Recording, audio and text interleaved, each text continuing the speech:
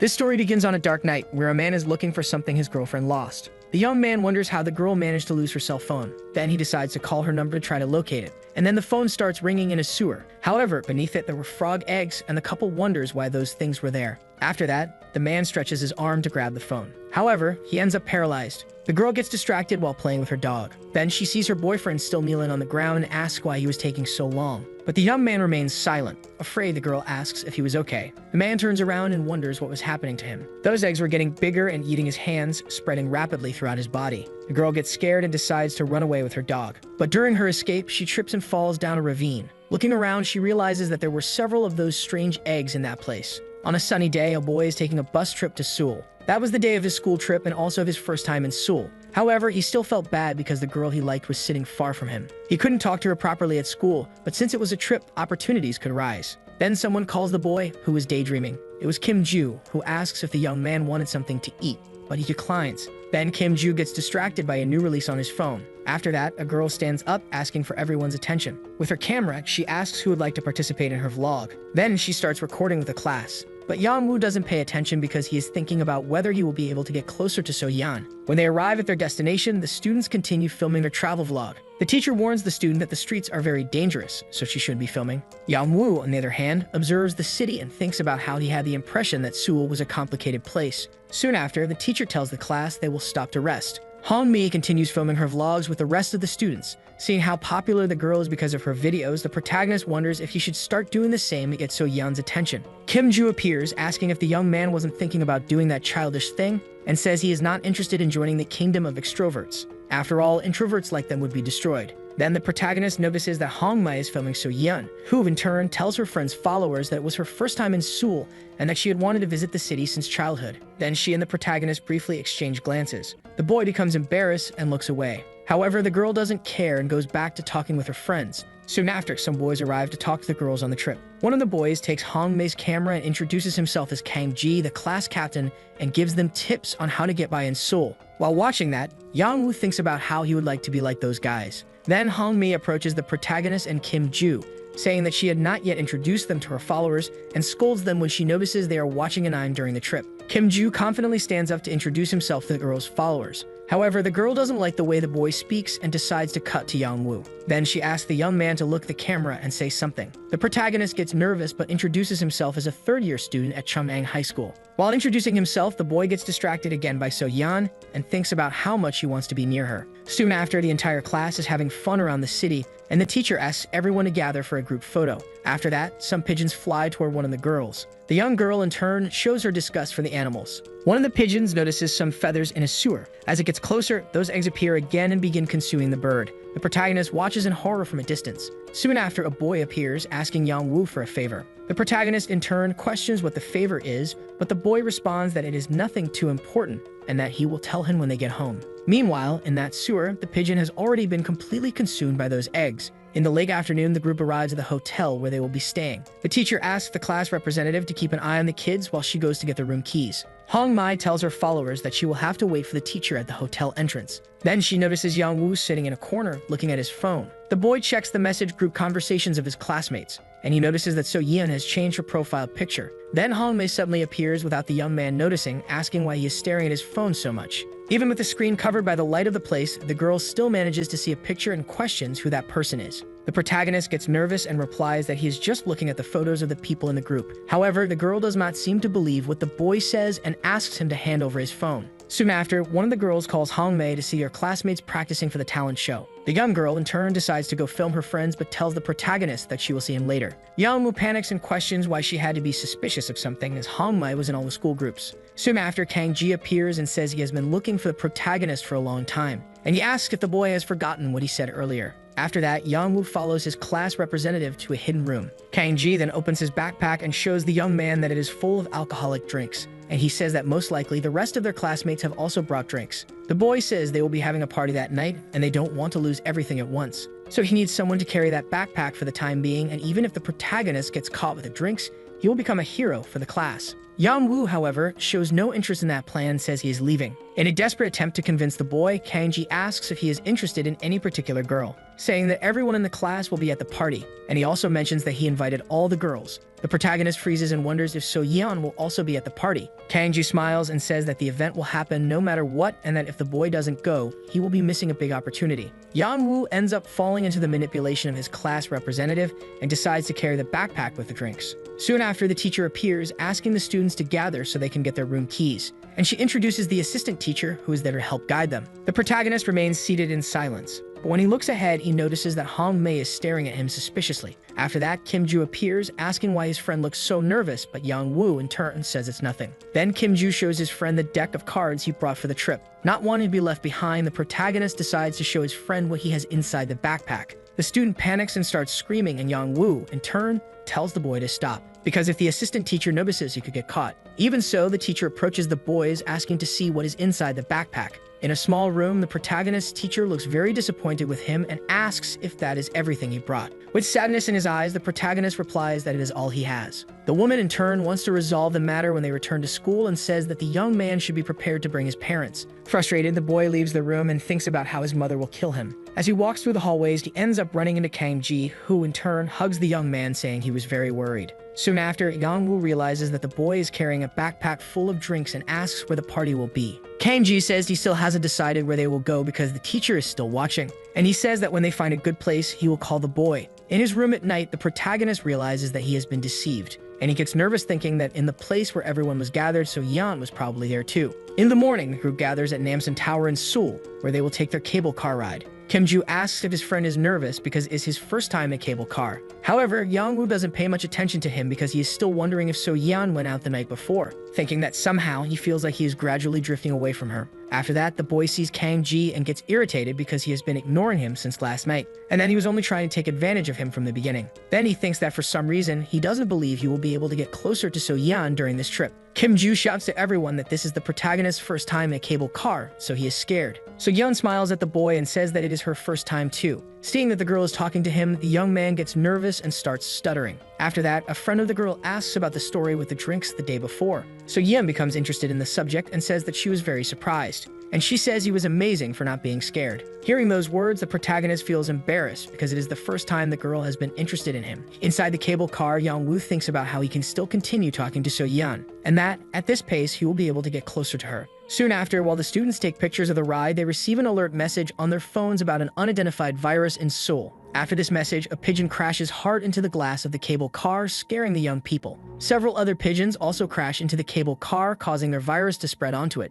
As they watch the situation, the students comment on how disgusting it is. The protagonist, in turn, notices that what is on the pigeon looks like frog eggs. Then one of the eggs falls inside the cable car through a crack in the glass caused by the pigeon. The young people panic and decide to run to the back. In the middle of the commotion, the protagonist accidentally steps on So-yeon's foot and apologizes to her. Yang-woo wonders what he should do because he is very close to the girl. The teacher shouts at her class because she is being crushed by the crowd. After that, a boy approaches the frog egg and comments that it seems to be moving. The cable car finally reaches its destination, and the staff members wonder what that mess on its glass is. One of the men apologizes for the inconvenience and asks the group to leave. Hong Mei takes out her camera and starts recording, saying that she's arrived at the top of the tower and that something strange has happened. The protagonist remains inside the cable car, thinking that this is a good opportunity to talk to So-yeon, because he has been acting like an idiot so far, and if he leaves now, he doesn't know when he will have another chance like this. And then the boy decides once again to apologize for stepping on the girl's foot. The girl in turn says it's okay, and that he has already apologized. To change the subject, Yang-woo talks about the pigeons crashing into the glass and asks if this is what a cable car ride is like. So Yoon asks if the protagonist wants to say something to her.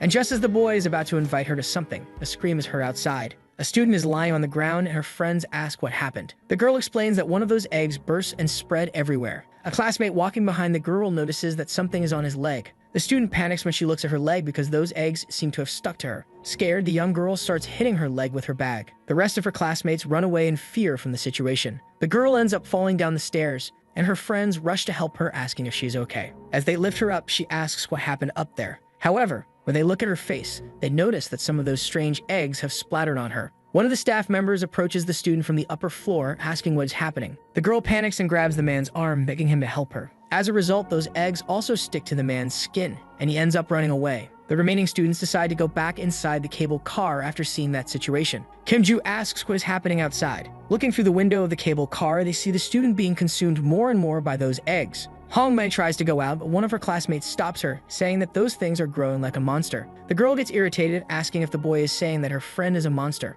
Right after, the student bangs on the cable car window, begging for help, saying that it hurts. The students are terrified as they watch their friend being consumed. At the entrance of the observatory, the teacher talks to a security guard, asking where her students are. The man responds that she just needs to go up the stairs outside. After that, the students run past the woman in a panic. The teacher sees one of her students lying on the ground and approaches, asking if she's okay. However, she's already infected, but still begs the woman for help, who also ends up getting caught right after. Inside the cable car, the students kneel in a corner, avoiding looking at their friend. One of the boys decides to look to see what's happening, and he ends up getting scared, making his classmates panic as well. The protagonist thinks about how he cannot stop getting chills. After that, he sees So-hyun trembling with fear and asks if she's okay. However, everyone's phone receives an emergency notification at the same time about a virus in the city. Meanwhile, around the tower, citizens are running away from the infected. In a panic, the students start calling their parents, asking what they should do. However, one of the boys, when looking back, notices that the classmate outside is moving. Seeing that, they are surprised because they thought she was dead, and they wonder if she's okay. A boy asks Young-woo to go to the door to see if she is alright since he is the closest one. Seeing how So-yeon is, the protagonist decides to approach and ask if she is okay. As he approaches the door, the boy asks if she is alright. However, the girl remains silent. A student tells him to speak louder because she probably can't hear him because of the glass. Right after, the students receive another emergency message. When Young-woo returns his attention to the girl, he realizes how terrifying she looks. Soon after, some people climb the stairs to reach the cable car, trying to escape the infected, but they end up encountering the student, who in turn attacks the man standing in front of her. The boys inside the cable car watch the situation in horror. Then the man being infected tells his friend to run away because he will hold the creature off. Inside the cable car, one of the boys wonders if they shouldn't help him. Kim-ju panics and says they shouldn't do that because they would all be in danger. Seeing the whole situation, Young-woo decides to lock the door for everyone's safety. After that, one of the people outside bangs on the door desperately, begging them to open it. But even so, the creature attacks the man. The students watch the terrifying scene in complete shock. Young-woo is paralyzed upon seeing what his classmate has become. Soon after, some civilians climb the tower near the cable car and end up encountering the infected student. The creature gets distracted by those people and starts chasing them. After that, one of the pigeons that crashed into the cable car comes back to life. Kim-ju begins to panic at the situation. One of the boys covers his mouth to keep him quiet to avoid attracting the creature back. Hong-mei starts crying because of the man they refuse to save. The young man responds that if they had opened the door, they would all be dead. Another student opens the roof of the cable car, saying that they should take this opportunity to escape. But his classmate replies that they wouldn't be able to escape the creature if they encountered it. Soon after, the protagonist notices that So-yeon is scared, and the girl, in turn, asks if he wants to say something to her since he keeps staring at her. Young-woo gets nervous and says that he was just wondering if she was okay. The young girl says she's fine and asks him to stop staring. The boy says that they shouldn't leave the cable car because it is too dangerous, and that all they have to do is wait there until the rescue arrives. However, a girl tells him to stop saying what they should do because he has no right to say anything. She says that he didn't help Gil and just ran away instead of helping her. The young man gets furious upon hearing that and asks why she is blaming everything on him. The girl says she is right because he also stopped them from helping her friend. The boy loses it and shouts that he did what was best for everyone. Hong-mei says they should stop fighting. After that, the students hear someone calling through the cable car radio, identifying themselves as the control room. The cable car begins to move. Meanwhile, Hong-mei tries to communicate with someone from the class chat group, but no one responds. So Yeon starts crying, worried about her classmates. The boy says that maybe they don't have time to worry about others since they don't even know what's happening throughout the city, and as soon as they arrive, he will go straight home. Then the cable car suddenly stops moving and the boys are confused about what happened. They decide to use the radio to inform the control room worker about the stop. Then the cable car starts moving again, allowing them to finally reach the building. However, the building is already completely overtaken by the virus. When they arrive at the station, the teenagers scream upon seeing the state of the place. Then So-yeon notices something on the glass. It is an infected person who ends up breaking the glass and slowly entering the cable car. The students decide to kick the glass to escape. After that, the infected finally enters the cable car completely. However, the young people finally manage to break the glass. But the creature doesn't give up and continues chasing them. So Yeon ends up tripping and falling to the ground while trying to escape.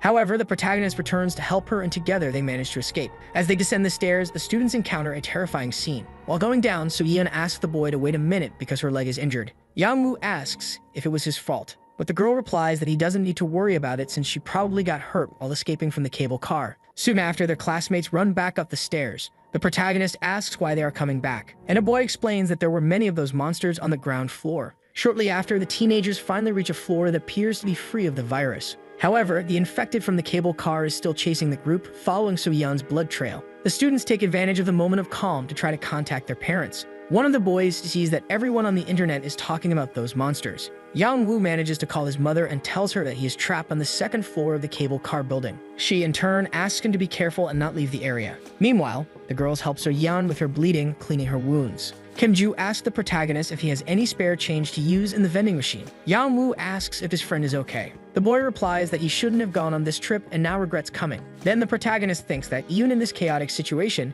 he still managed to help So-yeon. After that, the young man finds the blood trail the girl left and decides to follow it to see where it leads. However, he ends up encountering the creature that is tracking the blood trail. The infected tries to attack the young man, but he barely manages to dodge it. The students start running in panic toward an exit. Kim-joo is in the lead and, in a desperate act, tries to close the exit door. But Baekmae manages to push the door open just in time. After that selfish act, the boy confronts his classmate. However, the argument is interrupted when the boys realize they have returned to the cable car, discovering that each floor is connected to the entrance and exit, meaning they just went in a complete circle. Hannah reaches her classmates, completely exhausted from running up the stairs. However, they realize that the rest of the girls were left behind. So Yeon and Hongmai are still on the lower floor, hiding from the creature. The girl wonders if they should just stay there. Hongmai replies that she believes the monster can't see them, so they just need to hide until it leaves. So Yeon, however, holds back her screams because of her leg injury. However, the infected can still smell her blood. The teenagers go down to the lower floor, searching for their friends. The creature is getting closer and closer to where So-yeon is hiding. But before it can attack her, Yang-woo appears, drawing attention.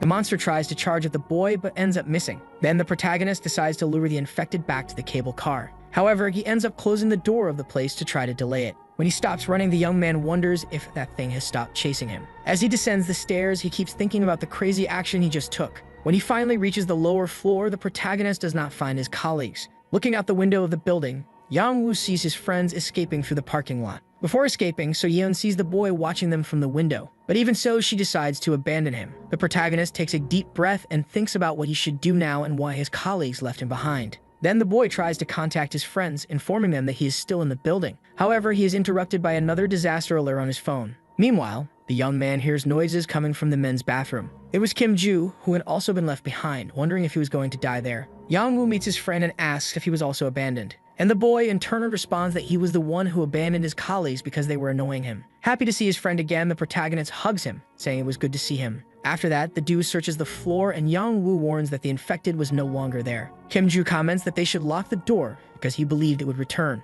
Then the protagonist stares at the window that their colleagues broke to escape. His friend asks if he knows how they fled. Yang-woo says he saw the group escaping through the parking lot. Kim-joo gets irritated and says that they abandoned the two of them as if they were nothing, and that they couldn't even escape from there because those monsters had gathered in the parking lot after the incident. The protagonist says that his friend only stayed behind because he was afraid to jump. After a while, the boys take a moment to rest, and Kim-joo questions how long they would stay like that. Yang-woo comments that they had already been there for about an hour. Right after, the boy tries to contact the police. However, the call is redirected to voicemail. Kim-joo starts to get nervous, and the protagonist comments that he could calm down because his parents were already on their way. But the boy responds that his parents wouldn't change anything about the situation. After that, Yang-woo receives a link to a news report stating that some areas of Seoul have been declared special disaster zones by the government, and that health authorities were quickly dealing with the situation by deploying military forces to the roads and buildings around the affected areas. Political groups predict that martial law will be declared for the first time in 40 years. Kim-joo panics upon hearing about the situation he and his friend are in.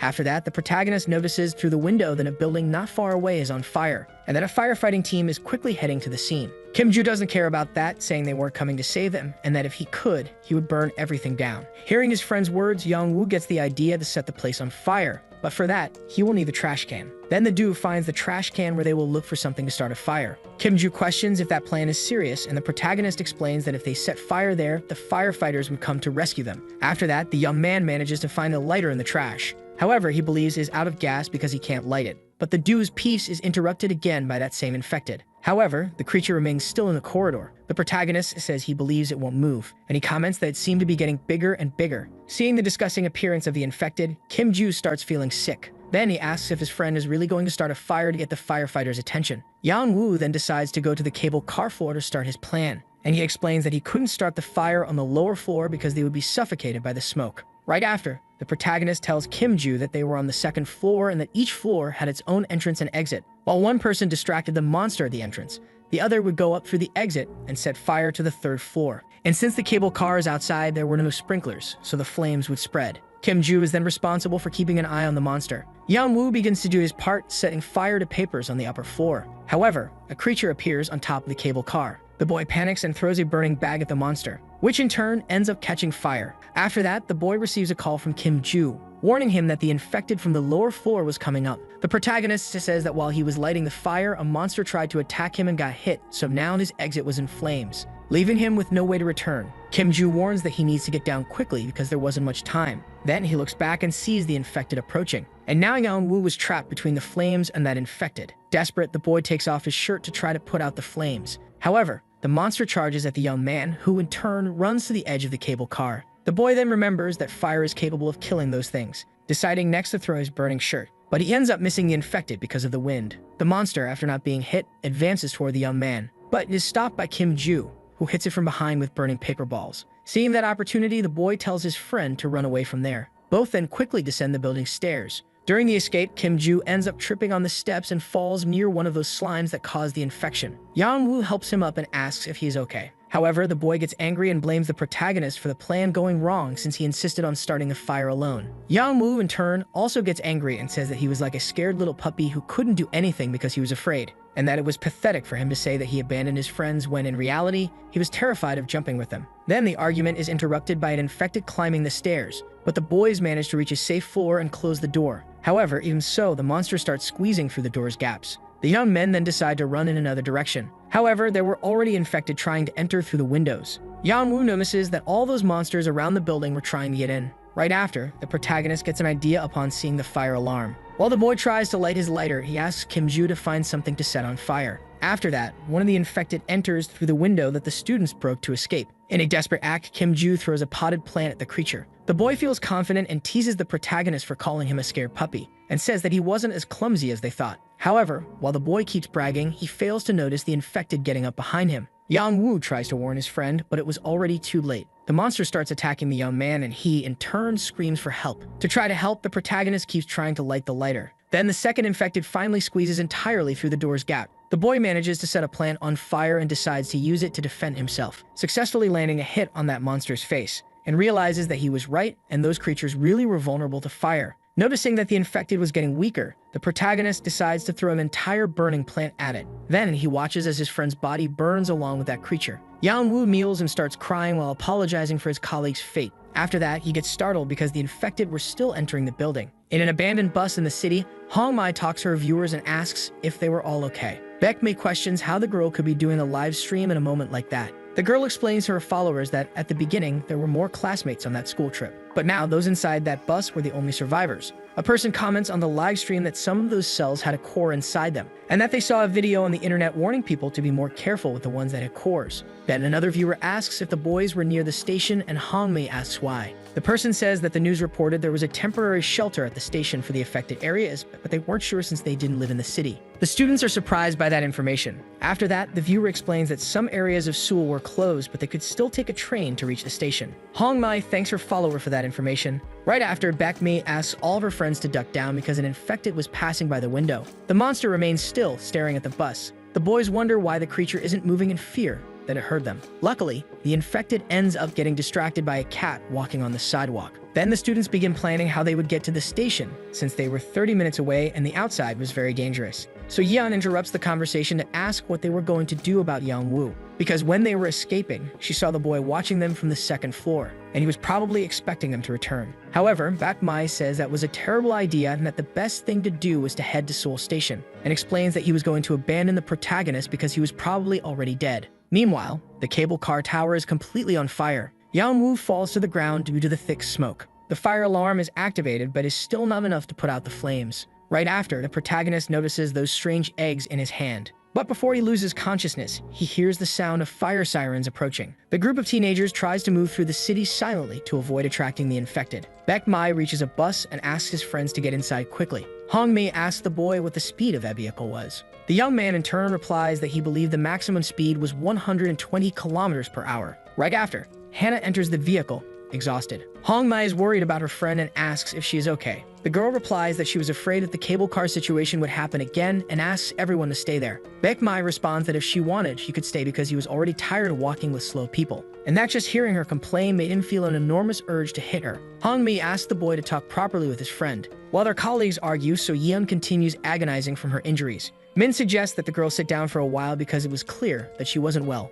So Yeon questions what the boy was doing, and he in turn decides to tell the girl what he had found under each bus seat, which was an emergency hammer. Min explains that he was looking for something useful to prepare in case the cable car incident happened again. Then the boy decides to give one of the hammers to the girl so she can protect herself from those monsters. After that, Baek Mai says they should take advantage of the moment to keep moving. The group then continues advancing, passing behind the buses. Meanwhile, in a convenience store, an unknown person is watching all the teenagers' actions. Baek Mai decides to open the last bus in the parking lot to look for supplies, but he is warned by a person not to do that because there were monsters inside. The boy gets scared and runs back to his group. The woman from the convenience store opens the establishment's door and asks the group to get inside quickly because the area was infested with infected. The students rush into the store completely exhausted, and by coincidence, they end up meeting some of their classmates who had been separated during the cable car chaos. Yaomu finds himself in a completely dark place and suddenly encounters an infected. As a way to defend himself, the boy uses a burning branch. However, he is stopped by Kim Ju in his infected form. Frightened, the protagonist wakes up from that terrible nightmare, wondering where he was. A man enters the room, saying they were going to have a busy workday. Then he notices that the student had already awakened from his coma and asks if his hand had improved. And he tells the boy that he should first read a form, and then a public interest agent would show him around the building. Yang Woo then starts signing the paperwork, and the staff member explains that he just needed to complete it with his contact number. Then the man says the student was lucky because it was very difficult to get a rescue in the situation he was in. The protagonist asks what that group was doing there, and then the staff member decides to show the young man the place and explains that the area was used as a sports facility, but now it was being used as an emergency shelter near all the rescue people were. Yang Woo asks if there was any way to send a rescue team to Seoul, and the man in turn responds that Seoul was completely closed off at the moment to prevent the infection from spreading. After that, the protagonist realizes that he needs to fill out a form, and then an agent will show him the building. Then the protagonist realizes that he survived despite having an infected hand and wonders how that was possible. Right after, someone appears calling the boy by his name and asking what happened to the rest of the class. The protagonist is surprised because it was Kang Ji and his friends, who say they are very happy to see him. One of them says he has a question for the protagonist. However, he hesitates and decides not to ask because it was too difficult to explain. Right after, he asks if Yang Woo had already contacted his parents. The boy then manages to call his mother and tells her that he is safe in the shelter. The protagonist's mother becomes extremely emotional upon hearing her son's voice after so long without news. Yang Woo tells his mother that he is safe in the shelter, but even so, she cannot stop crying. After that, the boy goes to the doctor to ask about his burns. The doctor reassures the young man, saying that those burns were easy to treat and that he could relax because they would heal over time. After that, the doctor tells the boy that the area was completely isolated and safe. As he walks, Yang Woo feels angry that So Yeon abandoned him like that, even knowing that he was trapped. Meanwhile, in that convenience store, the students plan a way to reach the safe area. A family is trapped in an apartment because of the start of the infection, and the child screams in fear upon seeing what was happening outside. The group then hears a broadcast informing them that the government had mobilized all efforts to rescue the survivors. Then the news program airs a government statement about the worsening situation and the implementation of emergency measures. The group of students listens carefully, thinking about how they could reach the safe zone. Then the report states that all possible efforts were being made to ensure the safety of the citizens, explaining that the region was at level 4 of cellular diffusion, where the damage was severe. After that, the broadcast ends, asking for the cooperation of all people and stating that the citizens in danger zones would be rescued as soon as possible. While watching the report, the owner of the convenience store hands some sodas to the teenagers and asks what happened to the other students who were on the school trip. The woman seems very concerned about the world. Min says that he installed the disaster alert app and mentions that they were in a region classified as level 2 out of 4 in danger zones. A girl wonders what was happening in level 3 and 4 areas. So Yeon, however, isn't even paying attention to her classmates' conversation. Right after, Min suggests that they move quickly to Seoul Station, and the young woman asks why they should leave since the broadcast said to wait for the rescue. The boy comments that they had no way of knowing when the rescues would arrive. After that, a girl comments to her friends that she couldn't contact her parents, so she wasn't sure if they were okay. Her friends then try to reassure her by saying that the signal was probably not working properly there. So Yeon stares at her phone, trying to gather the courage to call Yang Woo. However, the protagonist was no longer receiving her calls. Then she feels guilty for abandoning the boy in that building, as moments before he had saved her life. And she hopes that the young man is safe so that her heart can feel a little more at ease. After that, Hong Mai decides to start a live stream to talk with her followers, as the number of viewers had increased since the infection began. The girl explains to the people in the broadcast that the store owner had saved her and her colleagues, Meanwhile, a man who is also in the store starts feeling uncomfortable because of the girl's live stream. Hong Mei invites Bak Mei to join her broadcast, but the teenager responds by flipping her off. Then the young woman approaches the store owner, asking to interview her. That man tells the girl to turn off the broadcast because they were not in a situation where they could be laughing and chatting. However, the young woman refuses to end her conversation with her followers. The man stands up angrily and orders her to stop the broadcast for her own good. Bak Mei steps in to protect his friend and says that she will stop the live stream, but asks what would happen if she didn't. After that, the store owner appears and scolds the man for not treating people well. The man then gives up and returns to his table, calling the teenagers idiots. Right after, Bak Mei tells the girl that she was stupid to start a live stream in that situation because people were too sensitive at that moment. Hong Mei starts crying, saying that she saw how everyone was discouraged and was just trying to lighten the atmosphere, and that if something bad happened, there would at least be a record of what she and her colleagues went through. After that, the young woman's friends go to comfort her, telling her not to cry. Bak Mei returns to the window to keep watching the situation outside, but gets startled by a shadow he sees outside. However, it was just a harmless, hungry cat. The store owner opens the door to feed the feline. A man inside comments that the lady shouldn't be bringing stray animals into that place, but the woman responds that she let the cat in because the store was hers. Right after, the students take the opportunity to pet the cat. The store owner keeps looking outside, and a girl asks what happened. The woman replies that she couldn't see the boy who always walked with that cat. Meanwhile, the other cat encounters an infected pigeon. After that, the teenagers inform the woman that they are leaving to head to Seoul Station. Min suggests that the woman come with them and comments that according to the map, it would reach the location in 20 minutes. However, the store owner says she would only slow them down because the main road would be crowded with monsters. The teenagers realize that they wouldn't be able to reach their destination on foot. A man joins the conversation mentioning that he's a bus driver and that his vehicle is parked 50 meters away, and that Namsan Tower was his last route, but the passengers never returned. The only problems were that there were those cells all along the way and also some monsters roaming the area. Then the ladies ask if she sells alcoholic beverages. The man then grabs the drinks and explains that he will use them to make Molotov cocktails, saying that he knows a bit about it because he was on the front line. And he says it's worth trying because the infected's weakness is fire. A young man comments that it's a good idea since Molotov cocktails can be thrown from a safe distance. That man then starts making the Molotov cocktails and Hong Mi appears, asking if she can help with something. The man in turn replies that this isn't child's play and questions why she's offering like that. The girl then apologizes for the earlier situation and says she misunderstood things. The man comments that kids can sometimes be like that and also apologizes for being harsh with her. Then Hong Mei asks if the man had taken the cable car and mentions that maybe they had seen each other before, and that perhaps the man and his fiancée saw her and her classmates recording videos during a school trip. The man remains silent after the young woman's words. Hong Mi apologizes again for saying something inappropriate, and the man in turn explains that the woman wasn't his fiancée, but rather his betrothed. After that, the girl starts crying because she had also lost many friends on that trip. Bak Mi appears, asking if his classmate was arguing again. The girl then replies that he didn't need to worry because she had made friends with the man and suggests that her friend do the same. However, the boy doesn't care much and refuses to befriend the man. Hong Mi comments that the young man was a good person but wasn't very polite. The man asks the girl if they were friends, and she in turn replies that they were until middle school. Meanwhile, the bus driver takes the opportunity to call his daughter and asks the girl to listen to her mother because he will be back soon. The lady comments that it's very good to know that the father will reunite with his daughter. The man then says that he loves his little girl and will do whatever it takes to see her again. Then Hong Mei and her new friend return with the Molotov cocktails, and the man says that handling those things is dangerous, so he will try to throw most of them instead of the teenagers. But Bak Mei says that he will throw them because he is the kind of person who doesn't trust others. Even so, the man warns them about the danger of the oil dripping onto their hands. The teenager says he doesn't care about his hands in that situation because there were worse things outside, and he comments that none of them were kids, so each one could throw them as well. The man decides that he will give a Molotov cocktail to each of them, but in return, he will do the store lady's part. However, the woman replies that she will stay in her restaurant because she thinks leaving would be dangerous. Hong Mei tries to convince the woman to go with them, but she insists on staying. The man tells the lady that staying there will be very dangerous, but the woman replies that she will be fine because she has been in that restaurant for 30 years. Then the group says that as soon as they reach a safe location, they will send a rescue team. Right after, the man observes the street to check if it is safe, but there is an infected outside. The group then decides to throw their first Molotov cocktail at the creature, which immediately takes damage. Seeing that the plan actually works, the man asks the teenagers to check their supplies. Bak Mei turns to So Yan and says he is sick of dealing with useless people, and that if she becomes a burden, he will leave her behind. The girl wonders if he is talking like that because of Yang Wu or because of her leg injuries. The bus driver comments that the young woman should take care of her beautiful legs. After that, the group decides to put their plan into action,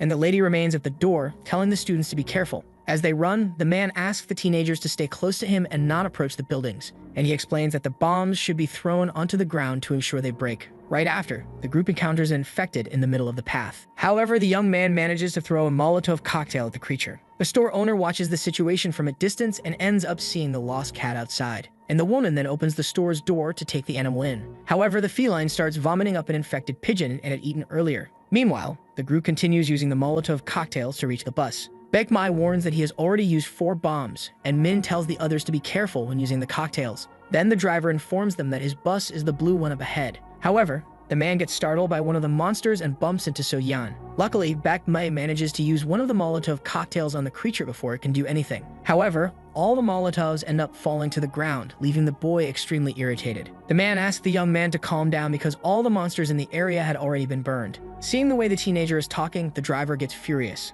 The two start arguing, and the man says that he is not one of the boy's friends for him to speak however he wants. The girls say that the whole mess is happening because the driver stopped suddenly. The man then explains that he only fell because someone grabbed him from behind. So Yim, in turn, admits that the driver fell because of her and then apologizes to the rest of the group. After that, the man turns his back on the situation but still tells Baekmai to be careful. Hongmi approaches the boy asking if he is okay, but he doesn't care and walks away. Then the man tells So-yeon that she doesn't need to worry because they can make more Molotovs later. Right after, the group hears the store owner screaming behind them, telling them to run. The teenagers start running, wondering what's happening, and then they realize that an infected cat is trying to attack the lady. The animal manages to grab the woman and knock her to the ground, starting to infect her. Right after, the driver gets into the bus and tells everyone to get in quickly. Meanwhile, Baekmai tries to grab what's left of the Molotov cocktails, while the man rushes him. When the rest of the group reaches the bus, they realize that the driver has locked the door. The boy asks what the man is doing since there are still people outside, and the driver in turn responds that he is not going to take any more risks because of those teenagers.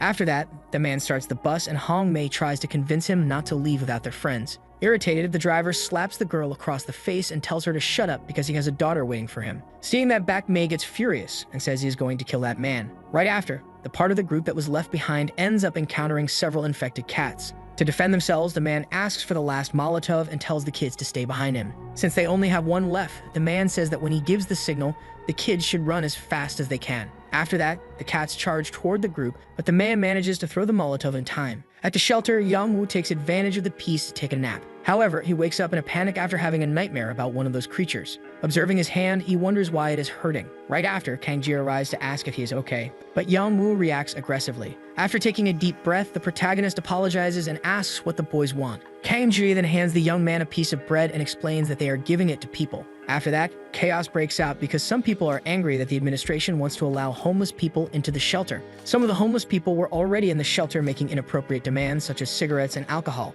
Kang-ji jokes that the infection will start spreading even faster in there. Then his friend asks what he is watching on his phone. The young man shows that he is just watching some videos on YouTube because he is bored. After that, Kang-ji asks if the protagonist knows that some viruses have cells inside them and others do not. And he explains that a virus without cells can completely merge with its host. Upon learning this information, the population named the phenomenon fusion. Right after, a guard appears, saying that he is looking for Young-woo. He then takes the young man to his belongings and tells him that he only needs to sign a document and leave. After picking up his phone, the protagonist realizes that the device is dead, so the man says he will look for a charger. While the teenager waits for the guard to return, a man in the same hallway starts feeling unwell. Right after, the protagonist's hand begins to hurt again. The boy starts walking and remembers what Kang-ji had told him. He begins connecting the dots, realizing that the virus that fell in the cable car had cells. However, the monsters from the tower did not, and neither did the virus in his hand. After that, Seol appears, asking what the young man is doing there and mentioning that he often comes to that place. She then asks if it is because of his injured hand.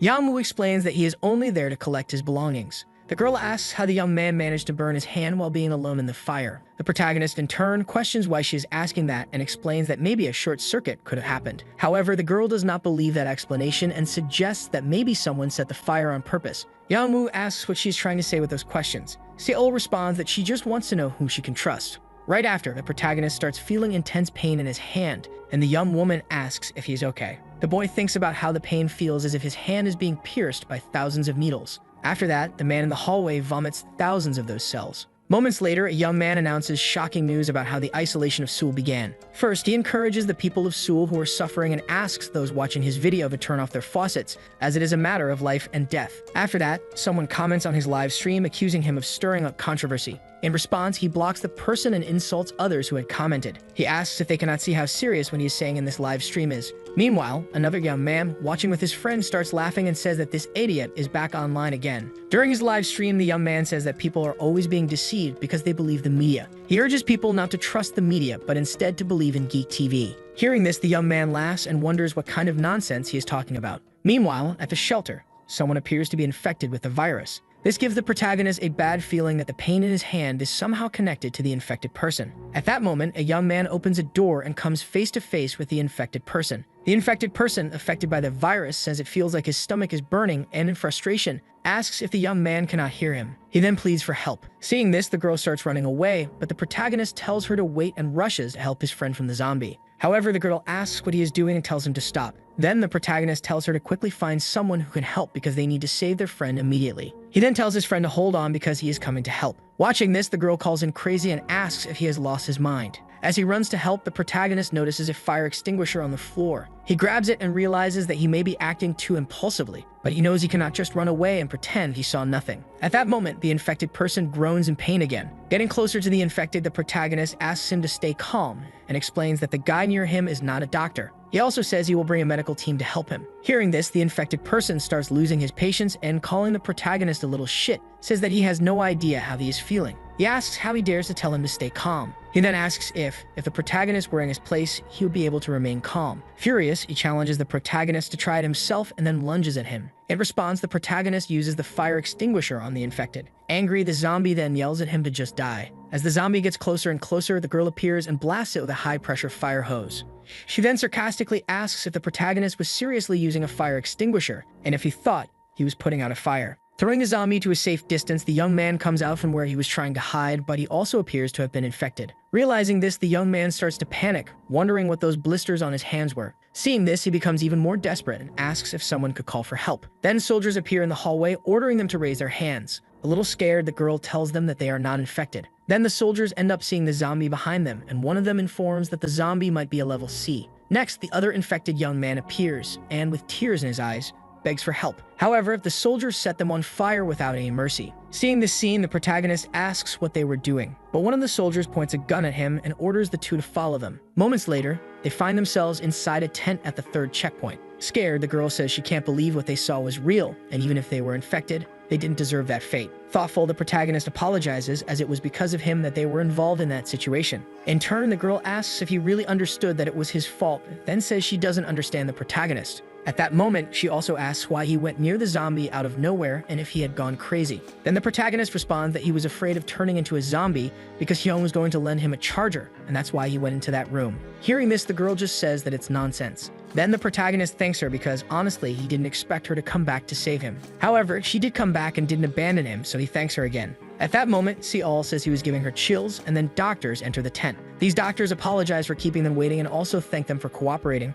With that, Seol asks if they could leave already. However, the doctor replies that they can't, as they will have to stay in quarantine first, and then asks if that would be okay. They accept staying in quarantine. With that, the doctor says it looks like there won't be any problems and informs them that they will be able to go into quarantine with their belongings. At that moment, Lee Hyun-woo gets close to the girl, making her react with disgust and tell him to stay away. But then he says it was just a thank you. Observing this, the doctor asks if he could check the protagonist's hand and politely requests him to remove the bandage. With this request, the protagonist is a little shocked. Removing the young man's bandages, the doctor asks if his burns were being treated, to which the protagonist replies that they were. After examining his hand, the doctor apologizes for the inconvenience and says it is just a health protocol. Yang-woo completely understands and says it's fine. However, he starts to wonder if he was really okay. After all, there was definitely a virus in his hand, but the doctor said he was fine. So why was he so worried? Meanwhile, a crowd tries to leave the quarantine zone, and a man in the crowd tries to get everyone to calm down. But another man tells him to get out of the way, saying they still want to live. Then they manage to leave the building, but upon reaching the outside, they end up being stopped by the soldiers. At that moment, the soldier says that none of them can leave and asks for their cooperation. But apparently, the crowd still wants to leave the place. Amid this, the young man asks if Kang-ji wants to die and tells him to run away quickly. At that moment, Kang-ji grabs the young man's arm and then tells him to take a look around, stating that there is no monster there. With that, he asks if the young man wants to put himself in danger like they did in Namsen, because if they leave and get lost, they will end up just like those people. Shortly after, the crowd calms down and everyone is taken back into the building. Then the soldiers thank the people for their cooperation and inform them that they will be closing the building's doors. However, a young man loses his temper and asks if there isn't an infected person inside, while another woman asks to leave. Then the soldier responds that if they leave at this moment, they will all end up throwing themselves to Vasco, because the danger level of Namcheng and the area around the Seoul Metro has risen to level 3. This means that the danger level is the same as the area around the Han River, which is the most dangerous area. And the infected person that was scaring everyone inside the building is already Americanas. At the moment, they are sterilizing the area, so they shouldn't worry. As they are taking preventive measures, they beg for everyone's cooperation to reduce the risks. Having said that, the soldier asks them to step away from the door and cooperate with him. In the middle of the crowd, a woman accidentally bumps into a young man, which makes her apologize. The young man then says it's no problem and that she should pay more attention. But when the woman looks at the young man, she starts screaming. Disgusted, she asks why there was a beggar near her. She then demands that someone do something and tells the young man not to come near her. As the woman approaches another person, she tells her not to get any closer because she had touched the young man. Hearing those accusations, the man gets irritated and takes off his shirt, asking if he looked like someone infected.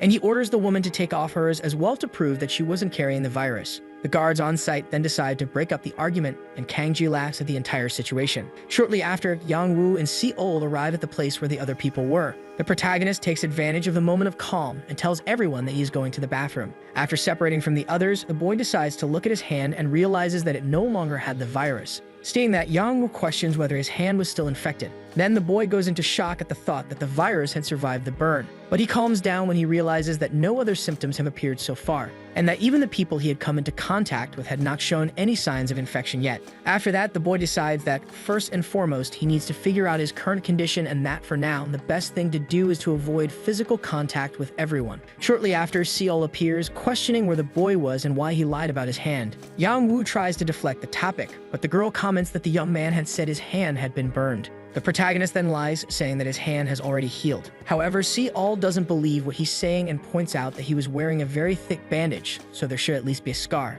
The young people arrive at the place where the other survivors are, and Yang-woo doesn't feel any throbbing pain, which meant there were no infected people there. Shortly after, the girl asks what the protagonist is hiding and says that if he is trying to fool her, she will kill him. After that, the guards bring in a new group of survivors, and Yang-woo feels a slight throbbing in his hand, making him realize that someone in that group was infected. Then the shelter officials decide to make a new announcement, as they will explain the details of the new quarantine protocols that have been released. And they ask the people in the shelter to maintain their distance from everyone. Kang-ji and his friend question how they are supposed to do that since the place is already crowded. After that, the young people start receiving messages from their class group chat. One of their friends says she is on top of Mount Namsan with some foreign tourists. The young man is impressed by the girl's idea of going higher instead of staying in the lower areas. Yang-woo observes the group of new survivors who arrive and wonders how one of them is triggering pain in his hand.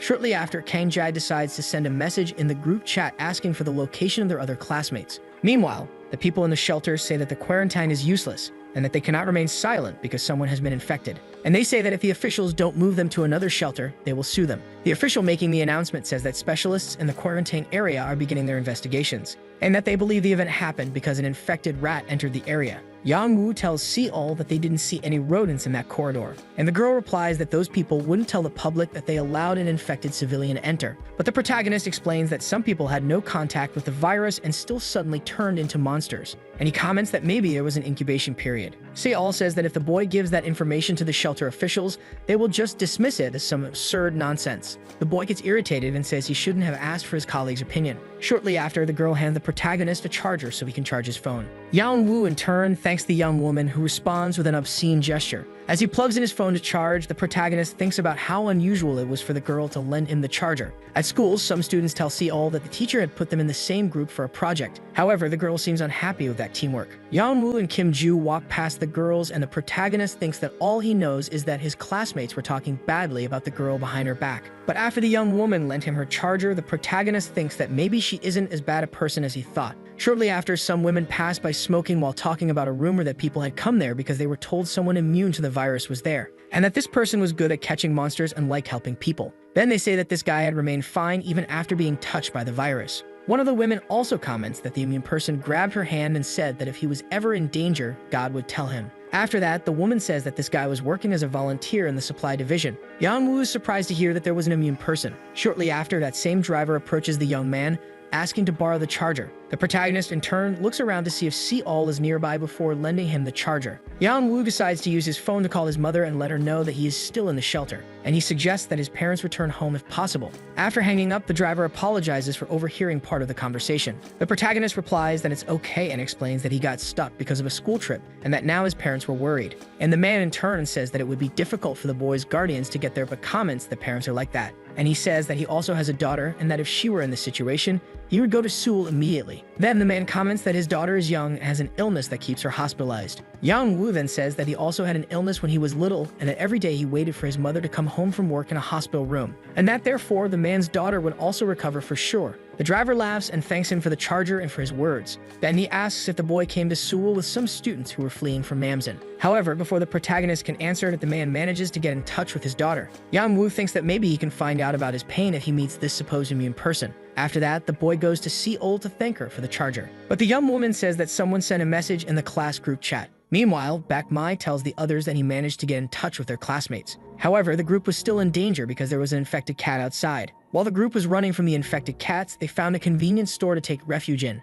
However, Baek-mai realizes that the store's door is locked and suggests breaking the glass to get inside. Min, in turn, says that plan won't work because if they break the glass, the monsters will be able to get in, and he points to a gas station. But before they continue running, Baek-mai catches a glimpse of a shadow inside the store. However, he doesn't give it much importance and runs toward the gas station. After the group manages to get into a safe place, they wonder if that creature was the same cat from before. The man says that while they were running, he saw that one of the animals was still alive, and that shortly after, the cat started merging with the other infected creatures. After that, the teenagers notice that the feline is searching for something. The man then says that the creature is probably looking for them because it must have a very keen sense of smell. And he comments that they are lucky because the place is filled with the smell of gasoline, so they will hide there for a while. Baek-mai takes advantage of the safe location and decides to try calling Hong-mei. However, the girl's number is not available for calls at the moment. Angrily, the young man says that if he ever meets that bus driver, he will kill him. Min laughs at the situation because the boy had said that despite the bus leaving them behind, everything would be fine.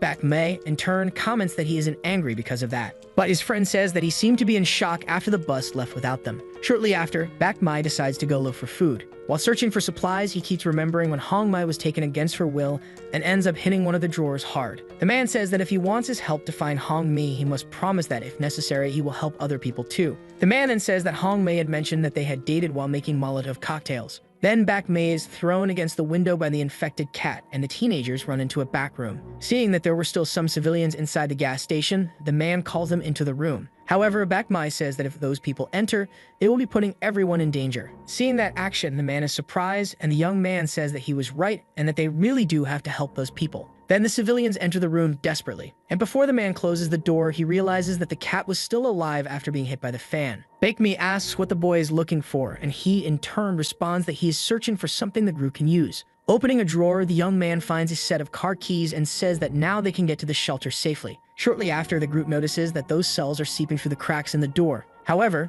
the man acts quickly and breaks the window using a chair. The group then rushes out, and Min asks them to look for the car. To help, he tells them the vehicle's brand. But all the cars in the parking lot are of the same brand, and if they use this method, they won't find the right vehicle. The man then approaches a car to test if it is the one. Inserting the key, the vehicle starts, and the man urges the teenagers to get in quickly. But he soon realizes that the rest of the group is being chased by the infected cat. Shortly after, the woman who was at the back of the group ends up being caught by the creature. On the ground while being attacked, the woman calls for help from her companion. The man, however, leaves the woman behind and desperately gets into the car, pleading for them to leave quickly. After driving for a while, the group finally arrives at Seoul Station. However, the teenagers receive another disaster notification on their phones, warning that the location is now a level 3 danger zone. Looking up, the group notices that the buildings around them are completely consumed by those cells. At the shelter, Yang-woo is standing in line, waiting to meet the supposed immune person. As he stares at the man, the protagonist's hand starts throbbing. At Seoul Station, an infected person clings to the group's car, causing them to crash into a pile of cells.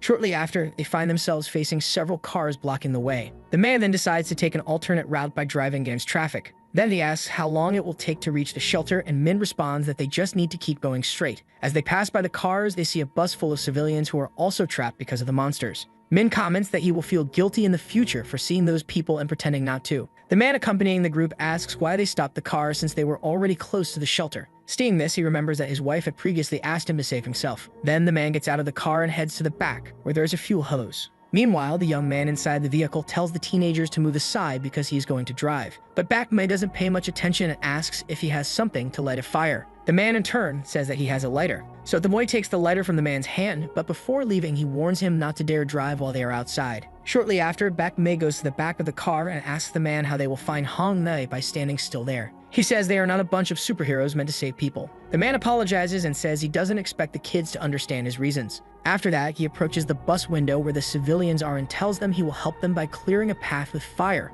A woman inside the bus screams, warning the man to watch his back. Looking behind him, he realizes that a monster is approaching. The stranger inside the car panics and starts trying to run over the teenagers to take control of the vehicle. Meanwhile, to defend himself from the monster, the man throws fuel on it. However, he remembers that he has nothing to ignite the fire. Then the creature tries to attack him, but the man manages to dodge. Bakme appears, showing that he has a lighter, and tells his colleague to run to him. After the man passes him, the young man throws the lighter on the ground, causing an explosion strong enough to set the monster on fire. After that, Min and So Yeon appear, shouting for Choi Han, as the man had stolen their vehicle. Inside the car, the man tells himself that he had no other choice. The teenagers notice that the vehicle's fuel hose is still loose and on fire. Shortly after, the car in which the man was escaping explodes in front of them. On the ground, the man asks if the kids are okay. After that, some armed men appear, reporting to headquarters that they have found survivors in their operation area, and he tells Choi Han that they will take them to a safe area. At the shelter, people can hear the explosion caused by the group of boys. The lights go out, and a responsible official announces that the emergency generator will be turned on soon.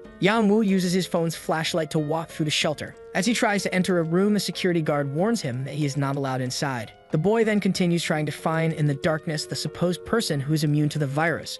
Shortly after, Yang Woo's hand begins to throb because he has finally encountered that immune person. Already aware that the protagonist's hand was reacting, the man says that he could sense his presence approaching, and he comments that the boy is less sensitive than he is. Yang Woo says that people have been saying that the man is immune and asks if he also came into contact with the virus without a cell. However, the man starts laughing for no apparent reason and says that the protagonist is a funny person. After that, the man states that there is no such thing as a virus without a cell because they all have one. However, some cells are too small to be seen, and he says that even if it can't be seen with the naked eye, it would still continue growing inside the host's body. However, there is an incubation period, but has not yet been announced to the public. Shortly after, the man states that he and the protagonist are already immune, and that even though the virus is already inside their bodies, the cell cannot transform them. He then explains that the pains Yang Woo feels in his hand are harmless because the cells in it are in an inactive condition. After that, a person appears asking if Lee Tane has finished smoking because he is needed. Before leaving, the man advises the protagonist that if he encounters a monster, he shouldn't run away immediately because that way he will learn a lot. Returning to where the others are, Yang Woo finds Kang Ji and his friend watching videos on a phone. The boy approaches and asks what they are watching, and they, in turn, show him a video they recorded of a fire at Seoul Station, where the creature's screams of pain can be heard. Kang Ji comments that maybe they should burn those monsters if they reach the shelter. Shortly after, Seol appears, asking if the protagonist has read the messages in the class chat group. Opening his phone, the boy sees how his classmates are treating Bak Mei. Kang Jae tells Yang Woo not to worry about it because someone who betrays their own friends deserves to be humiliated. After that, people see a new group of survivors arriving from the burning area, and Bak Mei's group also arrives at the shelter. Facing So Yeon, the protagonist feels intense anger because if they hadn't abandoned him, Kim Joo might still be alive. Meanwhile, Choi Han realizes that the bus driver who had abandoned him along with the teenagers is also at the shelter. Baek Mi approaches Kang Ji to confront him about what he was writing in the class chat, and he demands that he and his friend apologize for the way they spoke about their classmates. Kang Ji notices that the boy seems angry and asks if he wants to punch him in the face. However, Baek Mi holds back and says that if he were his old self, the young man would already be on the ground. The boy, in turn, mocks the fact that Baek Mi was always called to the teacher's office for fighting back in elementary school. Hearing that, Baek Mi becomes furious and grabs the young man by the shirt. However, he is interrupted by the protagonist, who is furious because he was abandoned along with Kim Joo in the cable car building. Meanwhile, the bus driver rushes upstairs, desperate, wondering how those kids managed to get there. But when he opens a door, he finds himself face to face with Choi Han, who quickly grabs him by the shirt, demanding to know where the girls he took away are. The man then breaks free and shouts that they all ran away from the bus. Yang Woo continues questioning whether Baek Mi really left him and Kim Joo behind. So Yeon appears, apologizing to the boy for abandoning him and explaining that at that moment, she was too scared to help. However, the protagonist tells her to stop talking like that because it's disgusting. Then the young man says that if Baek Mi had left Kim Joo in that tower, he might still be alive. And he says that he can understand why they abandoned him, but he doesn't comprehend why they left his friend behind. However, the argument is interrupted when one of the people in the shelter asks the newly arrived survivors to list their names. But before leaving, Baek Mi answers the protagonist's question and says that it was Kim Joo who came up with the idea to abandon him in the cable car tower.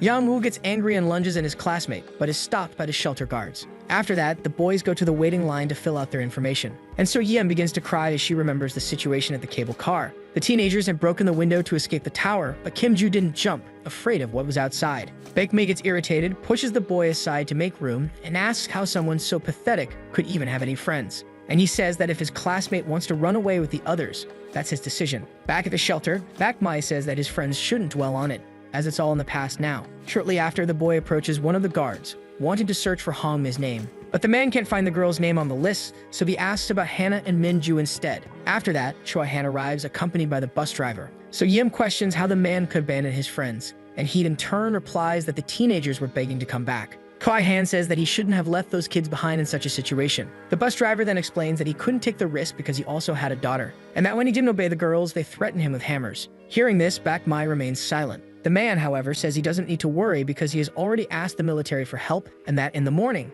they will go out to look for them. Even so, Baekmi asks the driver where his friends got off the bus. At night, Kang-ji and his friend wonder how those people can even sleep. Then they question why Yang-woo looks so depressed, but the boy remains silent. The young man then starts laughing, recalling the moment when Baekmi and his group saw that the protagonist was still alive. After that, Seol appears behind Yang-woo, asking if she can sit near him because she couldn't find another spot. However, before he can respond, the girl says she doesn't need his permission and just sits beside him. But even so, the protagonist remains silent, lost in thought. Seeing the boy's state, Seol says that this is why one shouldn't expect much from a friend or anyone else. And that's why she doesn't trust anyone, because people can change easily depending on the situation. Then Yang-woo says that in the cable car tower, there were people begging him to open the door for them, but he decided to lock it to prevent anything from getting inside. And he says he will never forget those hateful eyes staring at him. After hearing that story, the girl asks why he is telling her all this. The protagonist then asks what he should do if that situation happens again. After that, he asks if his classmate trusts him. Seol in turn replies that she doesn't because he's hiding a secret from her.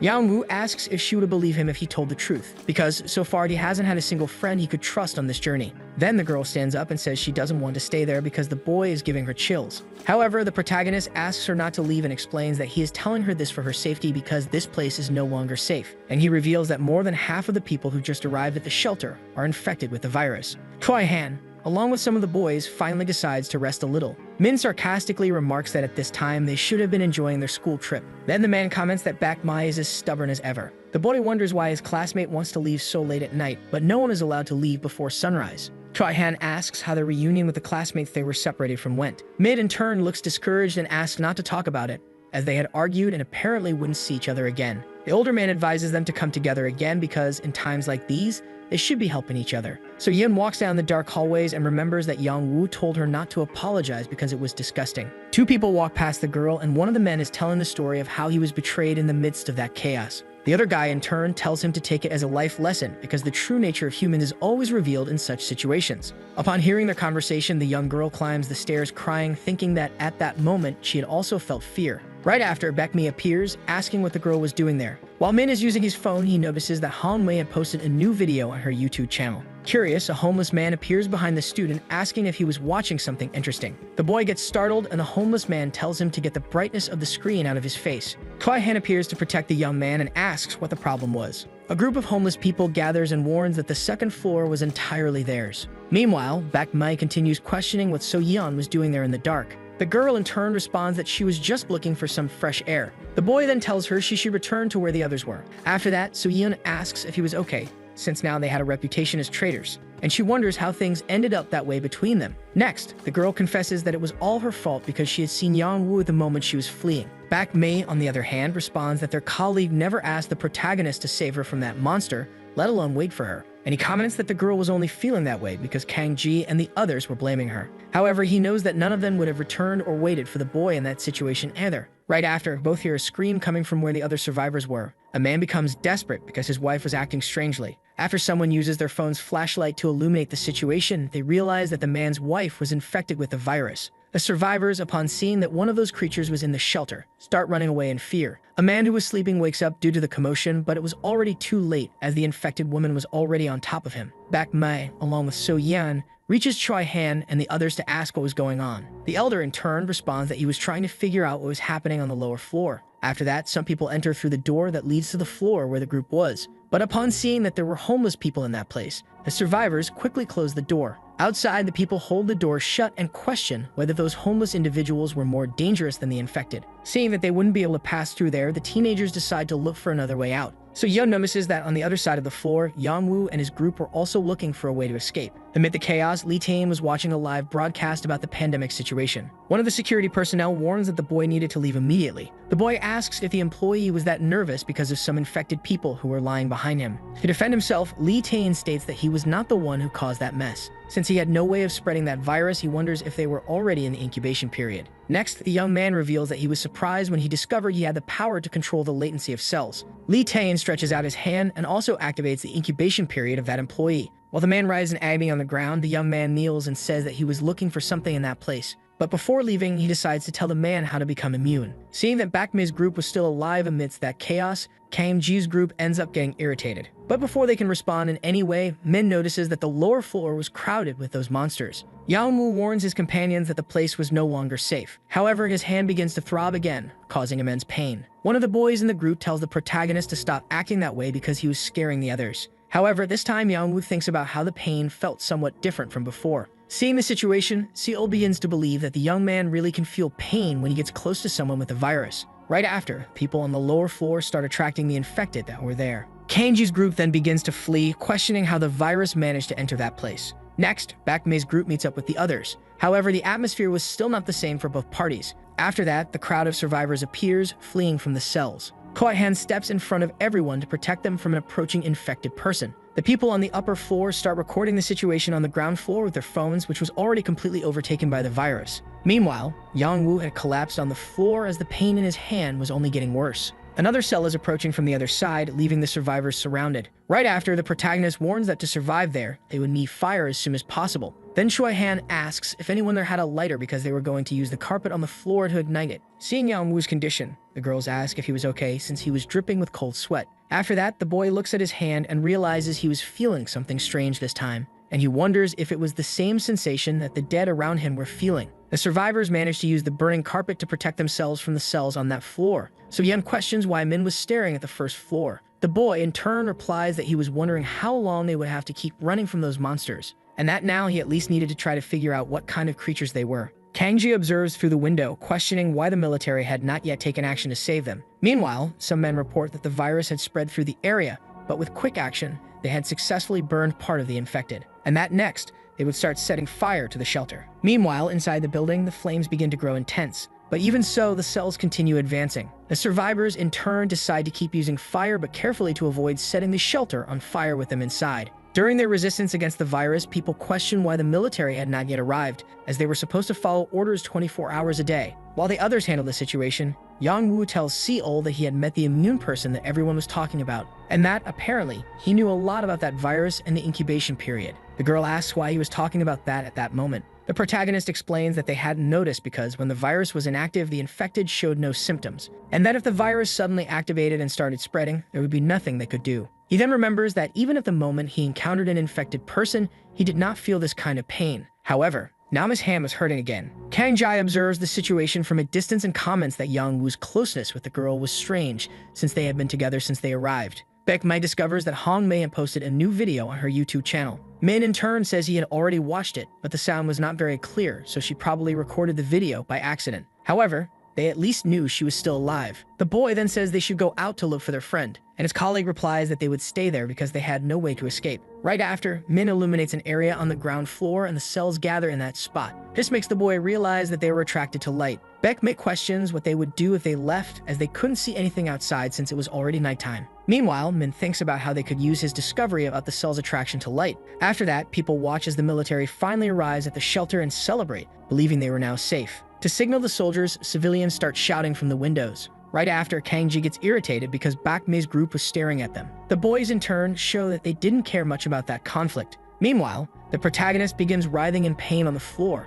A young woman gets worried and approaches him, asking if he was okay. However, he had a completely strange appearance. Seeing that, the woman panics and says that the boy was infected, and she says he was acting just like the monsters on the first floor, so everyone should stay away. Yongwoo in turn begins having hallucinations of those creatures. The young woman gets scared and tries to stay as far away as possible, but a monster appears behind her, grabbing her. To try to save her, Choi Han asks everyone to step back as he was going to throw some burning carpets. Meanwhile, the protagonist's companions watch him struggling from a distance, and Kang-ji thinks about how strange he had been acting since earlier. Then the young man asks if the boy was really infected. To defend himself, Yang-woo says that it was not what the others were thinking. Se-ol, in turn, questions how he knew when people had the cells. The boy replies that it was none of her business, but the girl keeps insisting. After that, the protagonist gets irritated and asks everyone to shut up, reminding them that he was the one who saved all of them. And he orders his companions to mind their own business instead of suspecting him. Seeing the way her colleague was speaking, Se-ol realizes that he was trying to say that there was an infected person within their group. Kang-jae then questions why the protagonist was staring at him. The boy responds that the young man already had the virus cell in his body.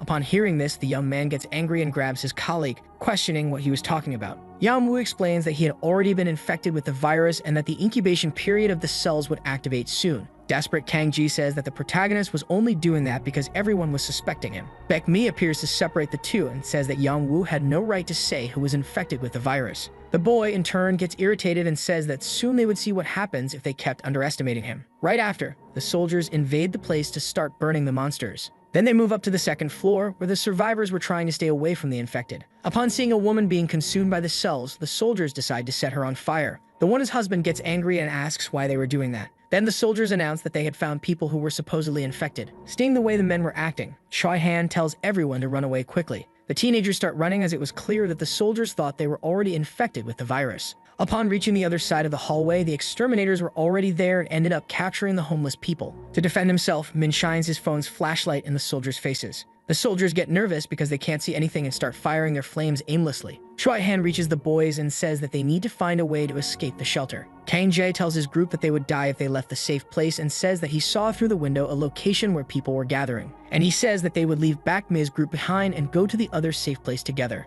Right after, the homeless people reach Choi-han and say that they knew the area so they might be able to help. Then everyone starts running away from the soldiers who wanted to burn them. In the morning on the news, it is reported that civil organizations across the country have raised complaints against the government. And they held a press conference saying that the government was already aware of the mutant virus crisis in Seoul, but was ignoring it. Some relevant documents obtained from anonymous sources confirmed that the government systematically hid the information. The government in turn issued a statement saying that such a thing could not happen, as fake news creates confusion. In one of the shelters, a man brings food to his wife, but she refuses to eat. The man tells her that she needed to eat and asks how long she was going to fast. The woman starts crying and says that she couldn't get in touch with Yang-woo. And the boy's father, in turn, tries to calm her down, saying that maybe he was sleeping because he was tired. Meanwhile, some people around them are watching the news about a huge fire that occurred the previous night, and that, according to the police, the flames were caused by refugees who neglected the quarantine officials' rules. But even so, supposedly, many victims died in the incident. Upon seeing that news, the protagonist's mother immediately imagines that her son is involved in the chaos. Somewhere in the city, the group of teenagers finds a safe place where they can rest. The homeless man asks if they would have to wait there until the Seoul gate reopened, and Choi-han says yes.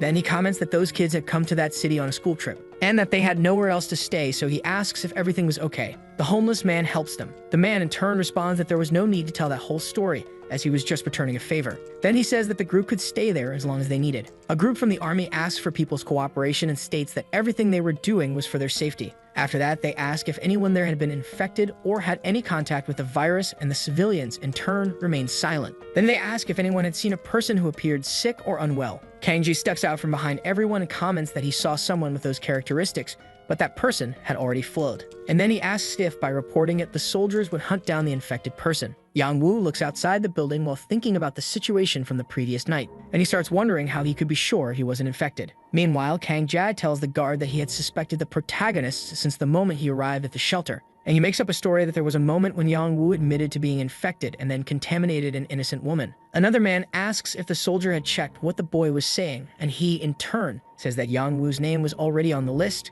Right after, the guard comments that they would have less responsibility if they turned public opinion against a super virus spreader. Kang-ji thinks that he was only making that report because the boy had attacked him first. Upon leaving the cabin, the soldier asks if the young man had made direct contact with the infected teenager. The young man in turn responds that he had kept his distance from the beginning because Yang-woo was acting very suspiciously. While being evacuated, Lee Tae-in ends up overhearing the entire conversation between the boy and the soldier. Baek-mi wakes up from her sleep wondering why her body was itching so much. Min responds that it was probably because of the pillows in that place, as they were infested with lice. After that, the young man notices that the building was without power and asks what they should do since his phone battery was running low. Kangji's friend gets up from his bed and calls the boys stupid for not bringing a portable charger on the trip. Then the young man is asked where his friend was, and he replies that he didn't know because they got separated during the shelter chaos. The boy then says that he and Kangji weren't as close as everyone thought. Choi-han appears in the room saying that he had inspected the entire building and that, apparently, it wasn't in bad condition. The first floor had a waiting room for the homeless where there was a coffee machine, but it wasn't working because there was no electricity. The second floor was the office, and apparently all the employees had already been evacuated to the shelter. And the third floor seemed to be a resting place for the homeless where there was a cafeteria with some ingredients down the stairs. Then he says that the building seemed quite safe. Seol says that, in her opinion, it makes sense as even the old shelter wasn't safe in the end. And she points out that now the homeless would keep coming in and out of that place, so they should lock all the doors or they would end up infected. Baek Mei, in turn, says that the homeless were the least of their worries and that Yang Woo was the biggest threat at the moment, as he had been very suspicious the previous night. Then she asks the girl if the young man was infected. The girl, in turn, responds that they shouldn't ask her that because she had no idea. And then she says that if they were curious, they should ask the protagonist directly about what was happening. But she doesn't believe he will take them seriously since the teenagers abandoned him at the cable car tower. Min asks her not to mock them because they needed to work together. Otherwise, they wouldn't stay safe. However, the girl shows that she doesn't trust anyone in the group. Choi-han tells the kids to stop fighting and start thinking about where they would stay first, and then they decide to go to the cafeteria to look for food. Upon leaving the room, the boys find it strange that Min and Seol had argued as they always defended each other. So Ye moves to the bathroom to wash her face and ends up remembering moments from the old shelter. While climbing the stairs, the young woman wonders how everyone managed to remain so lucid after going through that kind of experience. And she thinks about how everyone seemed to be mocking her, and she couldn't stand feeling that anymore. Yang Woo appears on the stairs, looking at the girl with a hateful gaze. The young woman tells her colleague that everyone from the group was gathered in the cafeteria on the lower floor. But the protagonist ends up going down the stairs without paying much attention to the girl. Then Soo-yeon sees the boy heading out the door and approaches him, asking where he was going. And she asks him not to leave because the outside was too dangerous. Yang Woo pushes the young woman away and tells her not to get in his way. And he says that he didn't know if he was safe in that place or not, so they shouldn't get near him. In the cafeteria, the boys try to get the oven to turn on even though there was no electricity.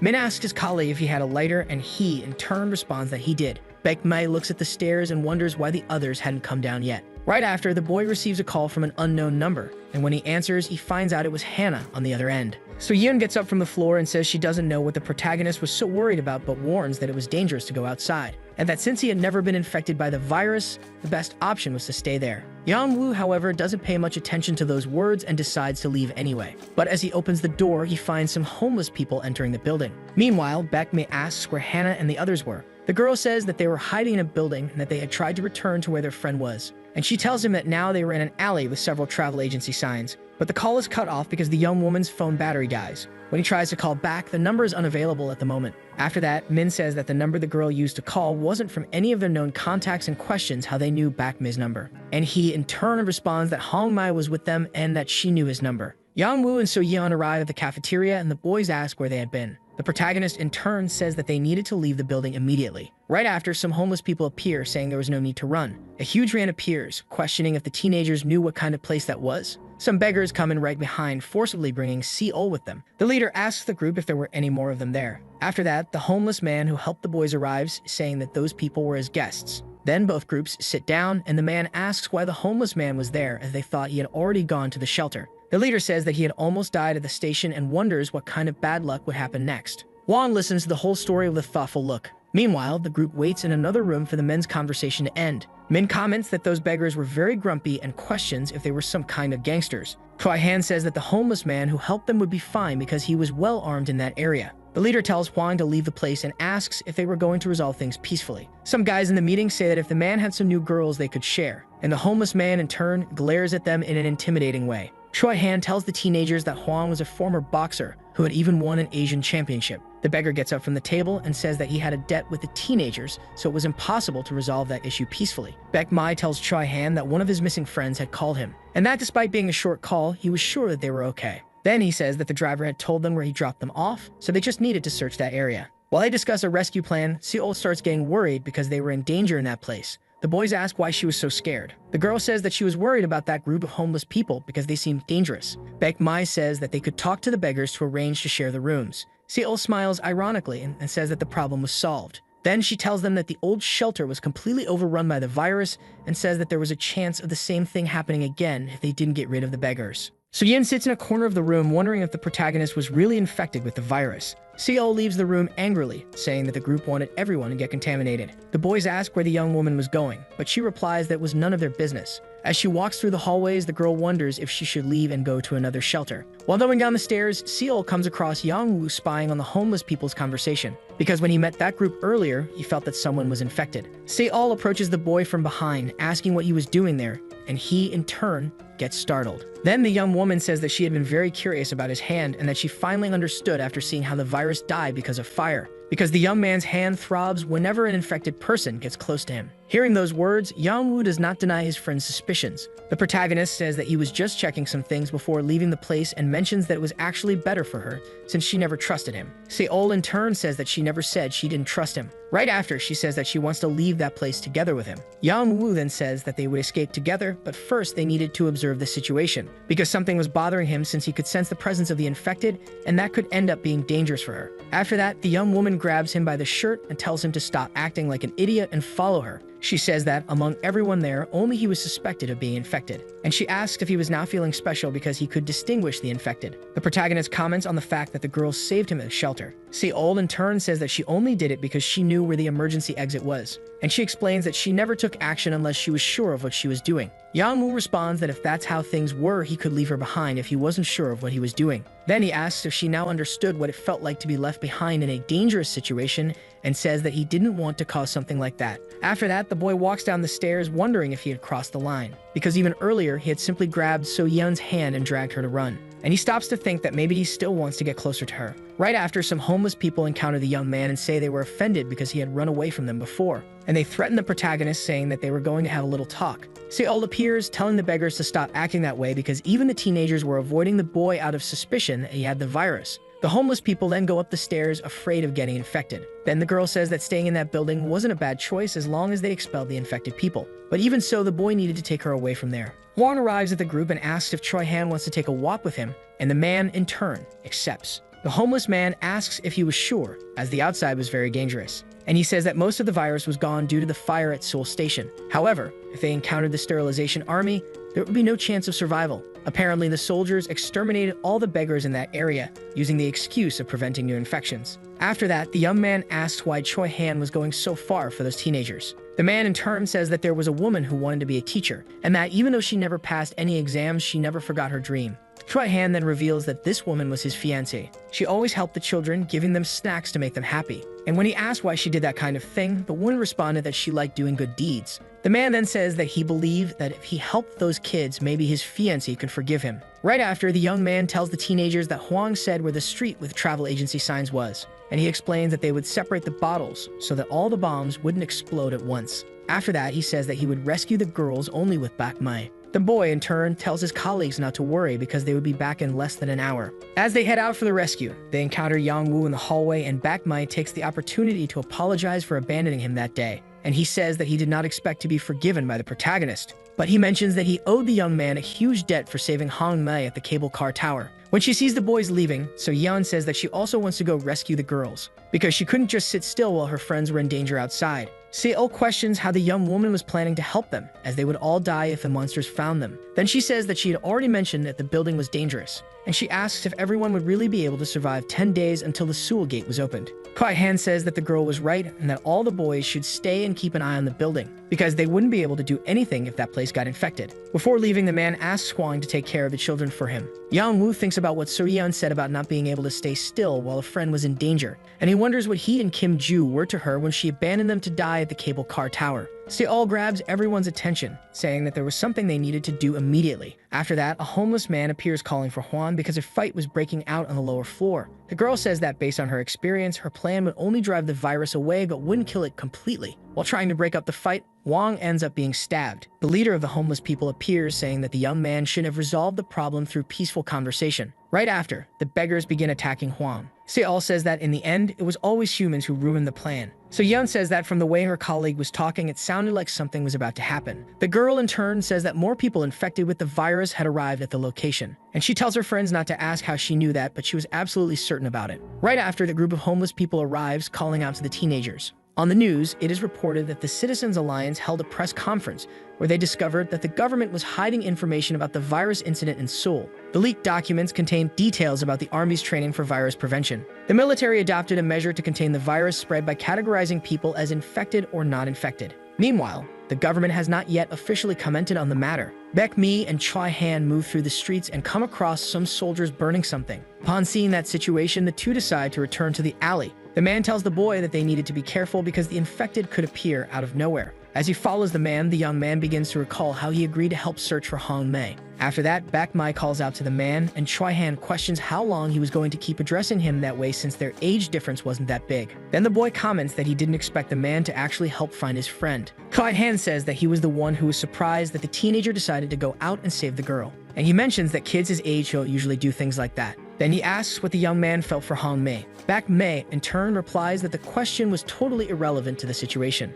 After that, the duo arrives at an area completely overrun by the virus cells. The man warns that they would have to go around. However, Baek Mi quickly acts and uses a Molotov cocktail to burn the creatures and pass through without any trouble. Right after, the two manage to reach a small convenience store, and Choi Han says they should grab some bottles of water to take to the girls. Then the boy decides to answer the question the man asked about his feelings for Hong Mei. He explains that when he was in middle school, he was an arrogant delinquent. At that time, he hated school for no particular reason, which made him feel empty every day. And that's when he started getting closer to Hong Mei. One day, Baek Mi ended up meeting the girl and her mother. Upon seeing the young man, the woman said that he was very handsome and hoped that he and her daughter would be good friends. Before that, the young man had never had a proper conversation with the girl. However, after that encounter, the girl always started conversations with him at school, making him feel very happy as he no longer felt empty inside. On graduation day, everyone was accompanied by someone, except for the boy. Hong Mei's mother approached him to give him a gift and said she was sure his parents would have loved to be there at such an important moment. Then the woman invited the young man to take a picture of her family. Baek Mi says that he had hoped that happiness would never end. Seeing the way the young man looked, Choi Han tells him that the girl would be fine and that he didn't need to worry. Then they leave the store and are approached by the military. In the building where the teenagers were, the homeless people discover that the two who had left were going to bring back food. Their leader says that if the boys were lying, he would kill all of them. Seol in turn says that if they didn't bother her group, they would receive half of the supplies. Right after, the boys are locked in a room. And the man says that if there was no food on his table by the end of the night, he would beat them just like he did to Huang. Looking back, the students see the homeless man bleeding on the floor. Min is surprised because Choi Han had mentioned that he was a boxer in the past. The boy questions how Seol could promise supplies to those thugs. The girl then asks if they had a better idea. Yang Wu says that the best option was to wait for the infected to start showing symptoms, and that those who were secretly contaminated would begin showing symptoms before Baek Mi and Choi Han returned. While some of the homeless people rest in the room, one of them starts feeling unwell. Seol says that the worst thing that could happen was the virus being activated, as they would take over the building. So they needed to find a way to leave before that happened. After that, she notices that So Yeon is staring at her and asks if she wanted to say something. The young woman in turn responds that she wasn't doing it on purpose. The boy isolates himself from the others and thinks that he shouldn't have entered that shelter with them. Then he receives a message on his phone from Kang Jae. Shortly after, the boy begins leaving that place. Right after, the scene cuts to Min saying that the virus was in its incubation period, spreading at that moment. Because of that, he wasn't sure what could happen to them after all.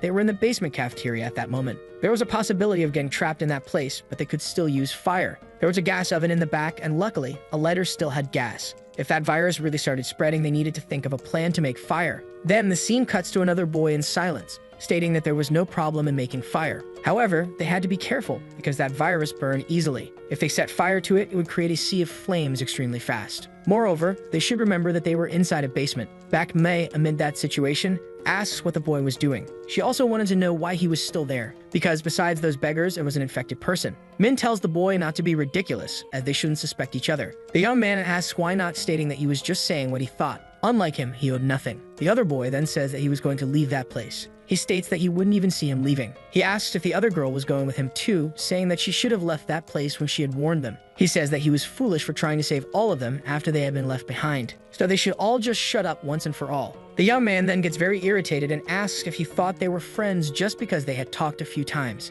He wanted to know what he had just said. The protagonist responds that he told him to shut up. Amid that situation, Min asked them to stop fighting because they shouldn't be doing that. Moreover, he wanted to know why the protagonist was so angry with them. He said it was already time to forgive them. Even so, at that moment, there was no other choice but to trust and help each other. Hong, irritated, asks how long they would continue with that fight as they needed to prepare. At that moment, Min asks her to wait. She says that she had been thinking about that ever since they left the cable car. She mentions that the virus was the worst one that had ever appeared. She says it was a virus that kept growing non-stop until a host died. Cell division happens incessantly. After thinking about this, she concludes that it was a cancerous cell. She mentions that she tried to think about the characteristics of the cells they already knew and realized they were always similar. Hong asks what it had to do with anything, questioning if she intended to burn them with radiation. Right after, the boy asks if she has ever heard of high-frequency heat treatment. He states that cancer cells are heated to about 40 degrees, which is an effective treatment to kill them. Hong asks if they only need to focus on the temperature. Min replies that that was exactly it. Right after, the girl starts thinking, wondering if they could use water. She states that water wouldn't cause a fire and would make it easier to exterminate the virus. She asks if they were really going to try using water at different temperatures. Right after, another girl thinks that the school felt like a heartless ring. Even so, in a situation like that, it shined brightly. That made the girl want to rely on it before realizing it. Because of that, she found it completely useless. At that moment, the group hears a noise. Meanwhile, two men seem to be sleeping. Right after, they end up waking up. Hong says that it was a scream. Min, responding, confirms that it was. He questions if it had already started. The protagonist quickly asks them to lock the doors before they came down to that place. Another girl moves toward the door. However, she can't reach the latch. She says she really needs a chair. Right after, Hong grabs one and asks what she was doing since she should just climb onto the chair immediately. At that moment, the other girl does so. She states that she needed to find something they could burn. Then the scene cuts to Min, saying that he was taking out all the long kitchen utensils. He states that they would tie them with napkins and pour oil on them to light the fire. Right after, the protagonist looks to the side and sees another man getting up. Our hero, worried, asks if he was okay. He asks if he could stand up because he needed to run. At that moment, the girl notices something. Two infected people were on the other side of the door. They were begging for someone to open that door immediately. Meanwhile, our boy watches all of that. Right after, the scene cuts to the outside of the building. A group of people appears to be carrying flamethrowers. They look around and say that everything was too quiet. Right after, an unknown creature appears above the building. The soldiers notice that creature. Right after, they start shooting fire at it. Another soldier asks if the location was really there. The boy replies that he was sure since he had received a call from friends saying they were hiding in a building with offices. The soldiers decide to continue searching in that area. They say that the survivors are 4 high school girls. The girls had requested rescue in a nearby building. Because of that, they would save those people immediately and return later. Right after, a boy tells his colleague that it seemed like those soldiers weren't going to capture them. Then, another soldier asks them to wait. He mentions that they had found several A-rank monsters. Because of that, they needed to burn them first. The other boy asks if the virus was at level A. The soldier replies that that was exactly it. He mentions that it was categorized based on density size and that level A, in most cases, was larger than a human body. Sometimes they even exceeded 3 meters. Amid that situation, the other boy assumes that the virus he had seen at the health station was one of that ranking. He mentions that he had even seen cats getting infected. They fused together and became larger. The soldier is very surprised by that. He states that it must really be A rank. The soldiers, looking around, realize that the girls were not in that location. Then they begin searching the entire building. Another soldier notices that a door was open. He states that they should investigate that place. Right after, the group of soldiers enters. They notice traces indicating that someone had passed through that place. However, no survivors were found. The other boy, looking ahead, comes across several boxes. At that moment, he remembers Hong. The soldier, looking to the side, says that the tracks were also in that other place. Thus, time passes. Another soldier says that it seemed like someone had passed through that place after burning something. Even though there were no footprints, someone had definitely walked through that alley. Observing all of that, the other boy remains silent. At that moment, he starts running, wanting to go to a certain place. He searches for where his friend might be. Then a flashback plays, showing his friend saying that she had just learned a really cool word in English.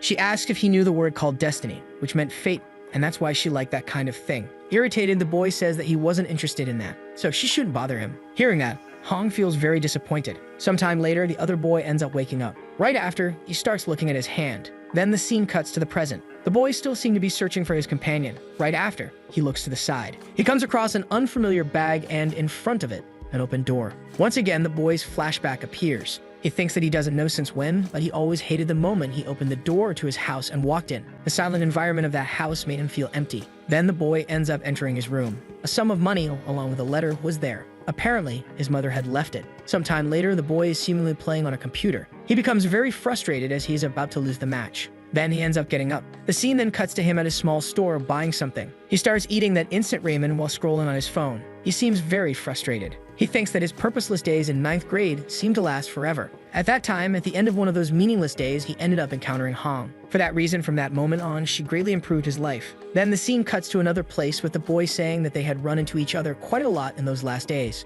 Hong says that every day at 9 in the evening, she always passed by that street after leaving her course. That was the first time she had seen him there. She asks if the boy was buying his dinner. She mentions that they frequently had discounts there. Besides, wasn't it a pity? Because if she had met him a little earlier, she could have picked one of those meals for him. At that moment, Hong looks to the side. She notices that the store was still open, but it usually closed around 7 because they always sold out. For that reason, it was very unexpected. She asks if the boy had ever eaten that food before. Once again, time passes and the two apparently seem to be eating that food. Hong says that he is a man and couldn't possibly be satisfied with just instant ramen, so he should eat a lot. Then the girl suggests that they drink some ice cream. However, the boy tells her to swallow her food first before speaking. He says that she really eats a lot. Taking advantage of the conversation, the girl asks why the boy eats so little. The boy replies that he had already eaten before. Hong, in turn, apologizes, saying that she had ketchup on her cheek. She asks if she could take a picture by any chance. Then time passes. Hong says that she was already full. She says that the next day the food would be on her. Saying goodbye, she tells him that she'll see him at school.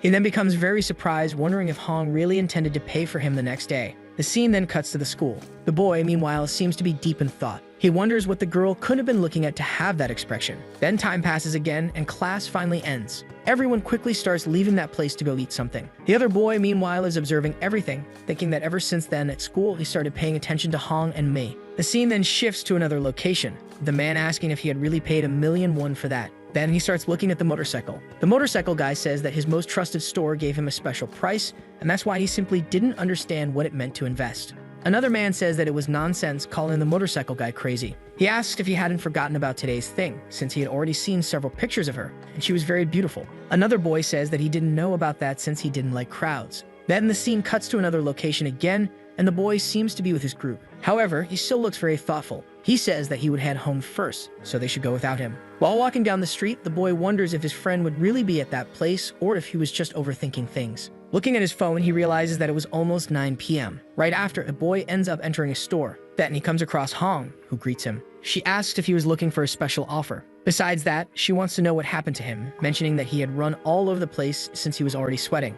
The guy responds that he usually runs since he has to walk everywhere, and he takes the opportunity to exercise. Because of that, he was hungry. Hearing that, Hong remains silent and then asks if he liked toast. Time passes and the two seemingly start enjoying themselves. The other boy says that he felt comfortable eating together with someone like her in those moments, and because of that, he ate a lot. Then the scene cuts to another location and Hong asks why the boy acts that way at school. She mentions that he sleeps every day and never talks to his classmates. Besides that, they said that the boy fought to earn a living. The other guy asks who is talking about him behind his back. Hong responds that she doesn't want to say. Time passes again and the scene cuts to the boy in his room. Looking down, he realizes that there were many things destroyed. His mother, in turn, asks what time it was. Then she calls out to her son again. She mentions that he had told his teacher that he wanted to drop out of school. She asks if that was true. The boy responds that that's not what he meant. At that moment, the boy is shocked because his mother seems to be holding some kind of drug in her hand. The boy asks where she found that. She mentions that he had promised to throw everything away. His mother asks why she couldn't do that after all. Everyone made her suffer. Besides that, he was the one who made her that way. Then the scene cuts to the hospital, and Hong's mother appears to be receiving medical attention. Hong thinks that the last time she saw her father, he had said something. He said that she should take good care of her mother. However, ever since she divorced her father, her mother had ended up in the emergency room countless times. That's why she could never forgive her father for abandoning them. Then the scene cuts to Hayden walking somewhere else. Looking ahead, he notices something. He realizes that Hong was there too, and then he notices the boy. Hong asks where he had gone because she had waited for him for a long time. Hayden asks how she knew where his house was. The girl responds that she found out through the teacher, but either way, she wants to know why he hasn't been going to school. She mentions that the teacher said she couldn't get in touch with him. However, Haddon tells her to just leave since he wasn't in the mood to talk. Even so, Hong asks him to wait. Irritated, the boy asks what she wants from him. Hong asks why he was acting that way because he didn't seem like himself. However, Haddon responds that it's ridiculous. He asks what she thought she knew about him. Did she really think they were friends? He mentions that the girl wouldn't even have the courage to look him in the eyes if they weren't classmates.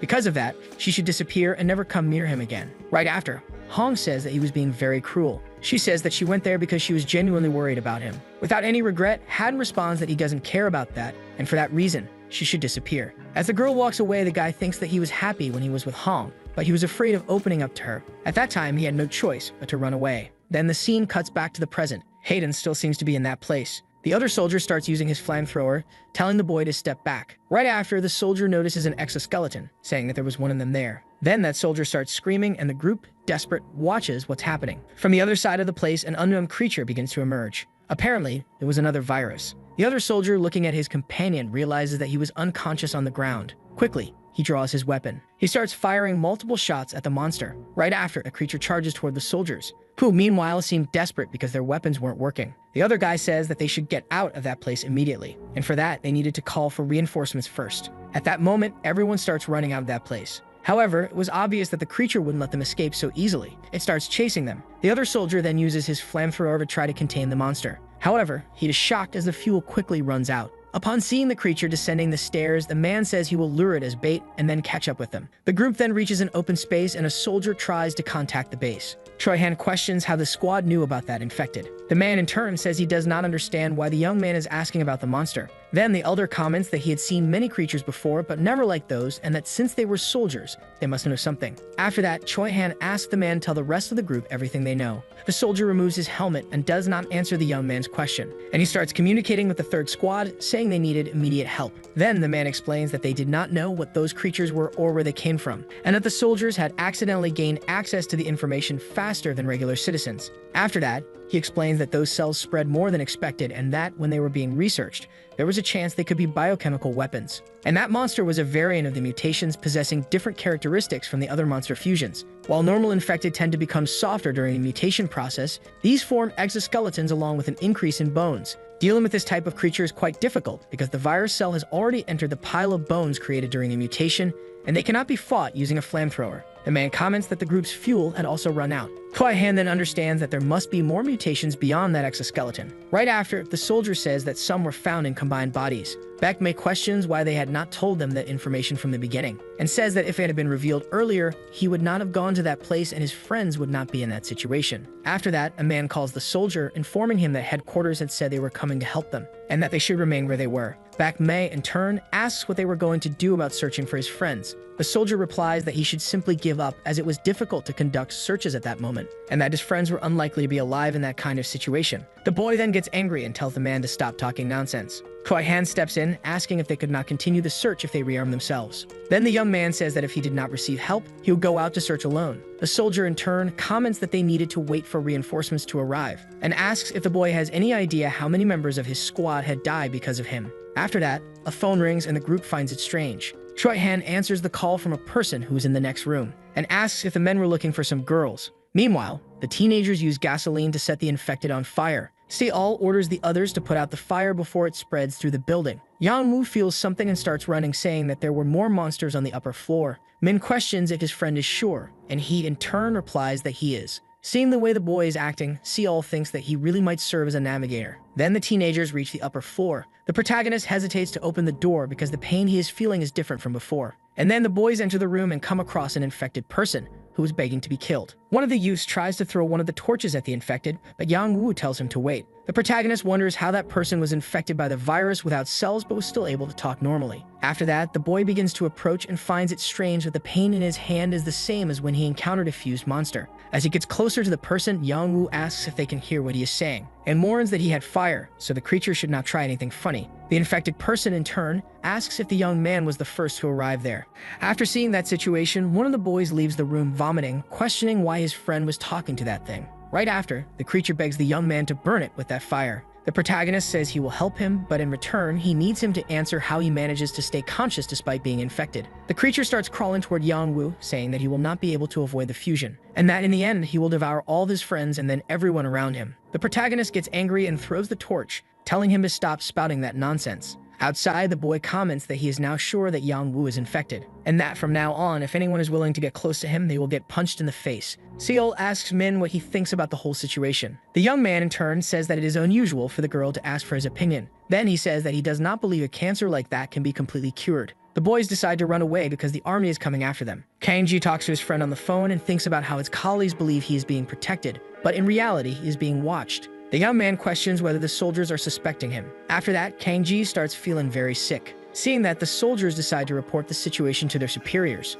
However, Lee Tae-in asks the man to wait because he first wants to take a look at the boy's condition. After analyzing him, the young man says that the boy is fine and that he wants to have a little chat with him. One of the soldiers questions who that guy is, but the other, in turn, decides to obey his request. Lee Tae-in sits down and asks if Kang-ji is feeling nauseous. The boy finds it strange that the young man is not wearing a mask and asks who he is. Lee Tae-in smiles and says that he is the one who can help him. Meanwhile, some soldiers manage to capture Yang-woo and the others and request a report in case they find the other children. So Yeon tells her friend that the others have escaped and asks what they should do. The The protagonist tries to stay calm because nothing will happen as long as the soldiers do not know he's infected. A hostage stands up furiously, questioning why the soldiers are threatening the citizens. The soldier then aims his weapon at the young man and tells him to step back. However, the man keeps approaching, irritated. One of the soldiers then shoots the young man and says they should shoot without hesitation if anyone suspected of being infected gets close. Then he aims his weapon at Yang Wu, asking where his friends are. Frightened by the situation, the protagonist raises his hands and responds that he does not know. On the streets, some soldiers are patrolling, and they realize they are being followed by monsters.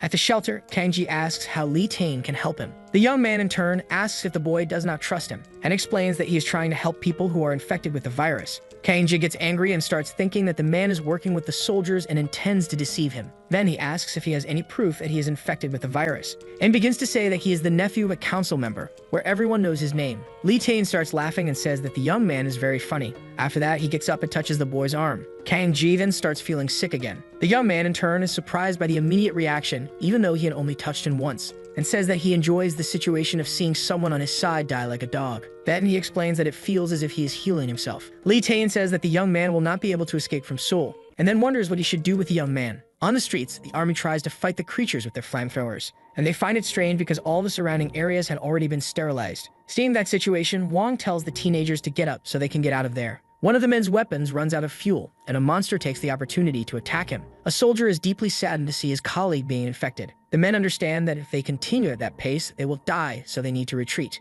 As the teenagers flee, a homeless man tells Yang Wu to pull himself together and start running faster. The protagonist gets tired and asks the others to go ahead because he will be fine. So Yen asks what the boy is talking about. Right after, the young man begins to think that the virus in his hand has already spread to his brain, and that somehow the cells in his body are calling the monsters. After that, he remembers that something similar happened at the cable car tower. Where the monster on the 3rd floor died, the creature on the 2nd floor moved up. And at the moment Kim Ju died along with a monster that infected him, the surrounding cells started clinging to the window. Then he begins to think that the infected can send some kind of signal to make the other monsters gather when they are in danger. So if the boy stayed with the group, more monsters would end up appearing because of him. So Yeon says that they should all stay together and questions what he intends to do alone there. Yang Wu in turn tells them to leave without asking questions. But before that, he says that he forgives the girl for abandoning him at the start of the quarantine, and that she does not need to pretend she is protecting him from now on. Wong says that it is better for the protagonist to keep running away with them. But even so, the boy still thinks it would be better to start running alone. The others then decide to leave as they do not have much time. Yang Wu manages to reach a safe place and regrets not having fully charged his phone, and he thinks that his mother is probably very worried about him. Right after, he questions what he should do now, as the soldiers are chasing him and he is also surrounded by monsters, and that even inside his body there are virus cells growing, making him think that he will soon die. After that, a soldier appears at the door watching the boy. At the shelter, Kangji takes a medicine that Li Tain gave him, but the young man says that there are some side effects, which can be strong since it is an anti-cancer drug. Then he already notices that the boy is definitely wondering why he is helping him, so he asks him to take a look outside. All those soldiers are trustworthy, and he has never seen anything like that before in his life. However, it is sad because now those men are his enemies. Kangji picks up his phone and decides to call Yang Wu's mother. While the protagonist is fleeing, he thinks that separating from the others was the best option for their safety, and that in these situations, abandoning each other is probably something normal to do. The men question if an elderly woman knows where the girls are. The woman in turn says that she only knows the direction they went because she could only hear the sound of their footsteps in the hallway.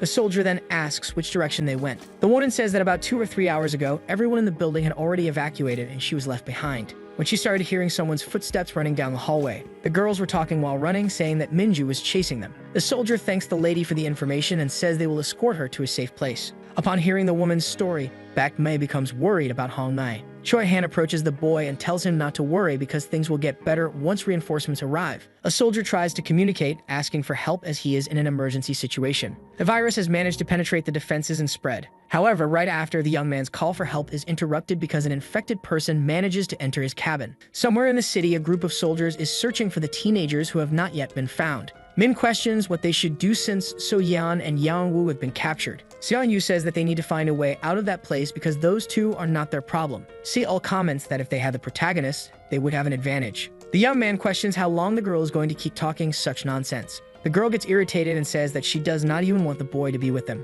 because she knows what the young man is hiding from them. While fleeing, Wong stops to rest. So Yoon asks if he is unwell because of the stab wound he received at the homeless shelter. A man asks the homeless man where he is in pain. The homeless man says that he has broken ribs and tried to hide that information. Young-woo hides in a store with the girl, and she comments that this situation feels like something that has already happened, because being hidden there reminds her of when they were escaping from the cable car, and she questions how something like this could happen and why it had to happen to them. Then she says that she will never forget what she's experiencing on this trip. Young-woo in turn comments that he was excited for the school excursion. However, those creatures ruin everything. Right after, he stands up saying that he is handling the situation well, and that he thought fear would make someone weak, but he remembers Kim Joo who tried to fight one of those monsters. Then, Young-woo enters a burning building, where the air is extremely suffocating. The boy thinks that the place appears to be clean, but someone had called for help, meaning that there were still some monsters there, but the problem was that the structure was too complex to locate them. So Yeon appears behind him, saying that she will go with him. The soldier tells the elderly woman to wait for reinforcements at that location. Kwai Han tells Bak Mei that there are some buildings around where they might find their friends,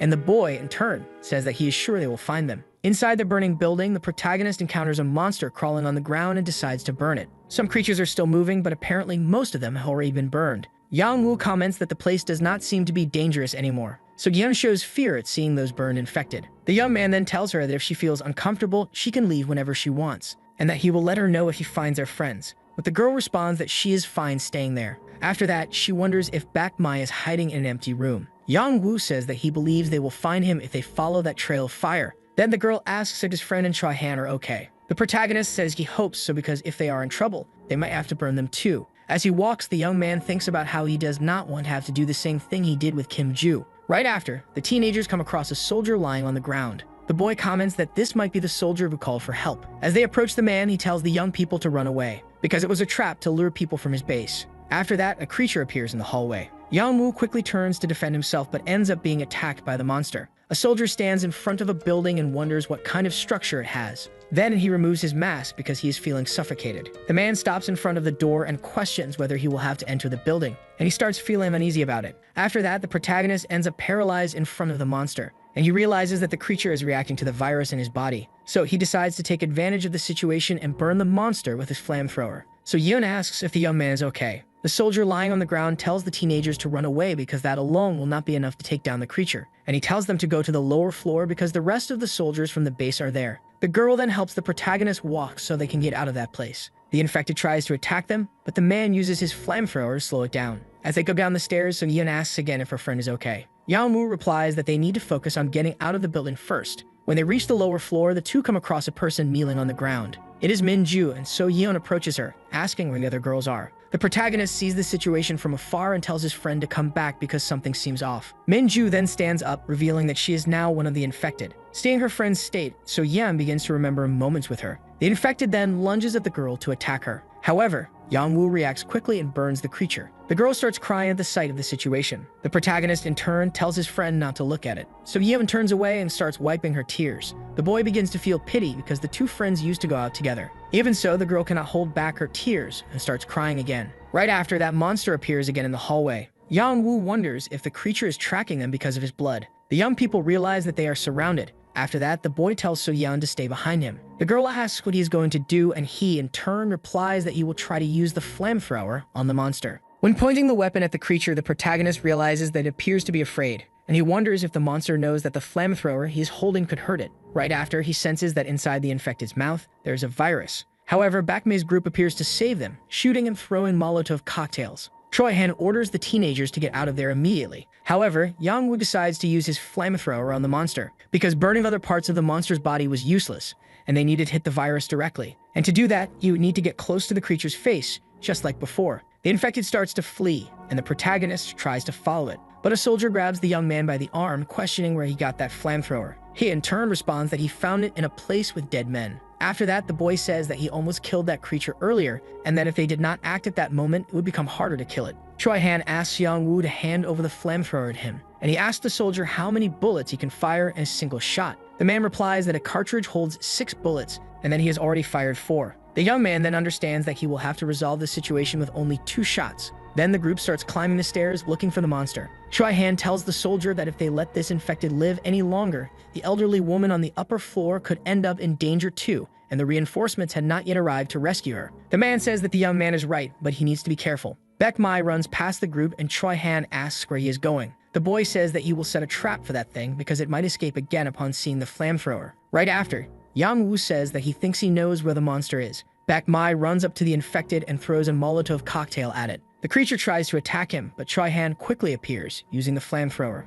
The young man thinks that this time is different because he already knows how those monsters work, but it seems that this one has completely fused with the human. Yang Wu says that attacking the infected's body is useless because the virus is hidden inside its mouth. Choi Han then starts following the protagonist's advice. However, he ends up being struck in the chest by the creature. Hannah is kneeling, hiding in a room, and a soldier enters, asking if she's okay. Seeing that Choi Han is being attacked, the soldiers decide to shoot the monster. Even while being stabbed, the man still manages to fire his last bullet. However, he knows that he still needs to get closer to the creature to cause any damage. After burning the infected, the group reaches Choi Han and asks if he is okay. The man, in turn, tells the others to stay away because that monster is still alive. Then he tells the group that he needs a weapon because he is going to stay there and die along with the infected, using those oil tanks. Baek Mi asks what the man is saying as he had promised to help him find Hong Mei. Choi Han says that it is impossible to help anyone in his condition, and that the moment they remove that thing from him, he will die. Yang Wu apologizes to the man, saying that it is all his fault. The man says that the young man does not need to apologize because he is only alive thanks to him. If it were not for those teenagers, he would have given up a long time ago.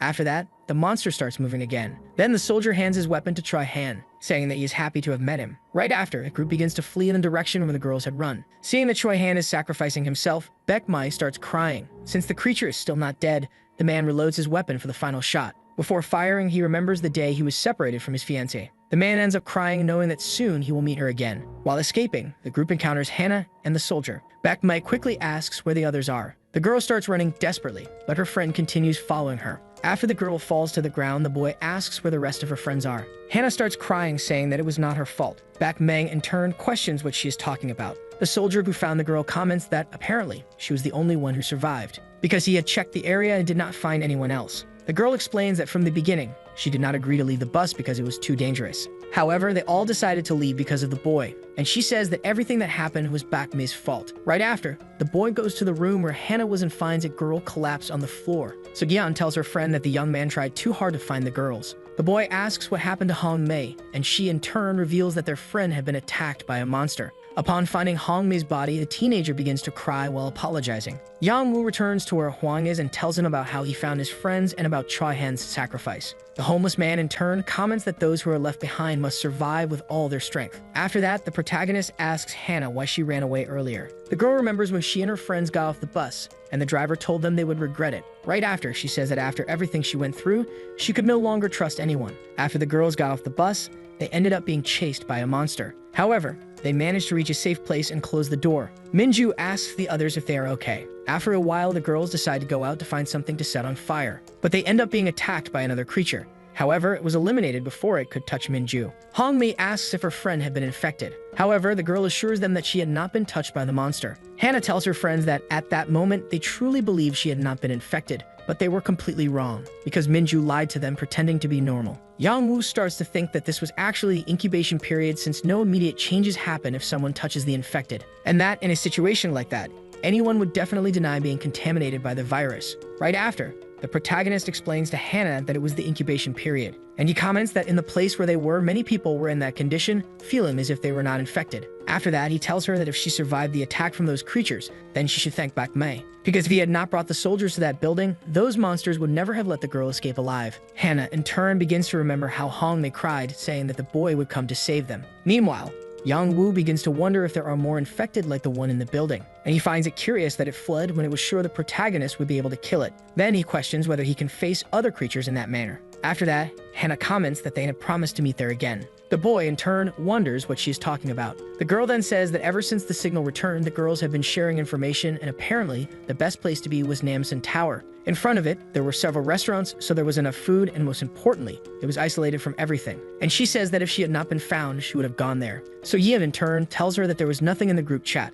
However, Hannah says it was another group that Kang Ji had created without including the boys. Right after, the soldiers arrive escorting the elderly woman who was in the building, and the man asks to bring Baek Mei to where they are as well. The boy tells the others that soon they will be leaving for the shelter, but the protagonist says that he does not want to go to the safe place. And the man says that he cannot allow that because his job is to take care of them. So Yeon joins the conversation, saying that their friends are near Namsan Tower, so they need to go there immediately. To try to convince the guard to let them go, the girl says that they will return soon. The man in turn allows it. However, he asks that one of his soldiers accompany the children. Before leaving, Sugiyan asks if Yang Wu is okay, since his arm had been attacked by one of those creatures. The soldier begins urging the teenagers to hurry because they need to leave now. Then the protagonist says that he believes he can avoid the virus and reach the tower. Bakemi appears, asking if the group is leaving, and he says he will go with them because he is going to kill all that virus. As they walk onto the street, the soldier escorting the teenagers asks if they are crazy for going to such a faraway place. So Yan tells the man that they are worried about their friends, which is why they are heading to the tower.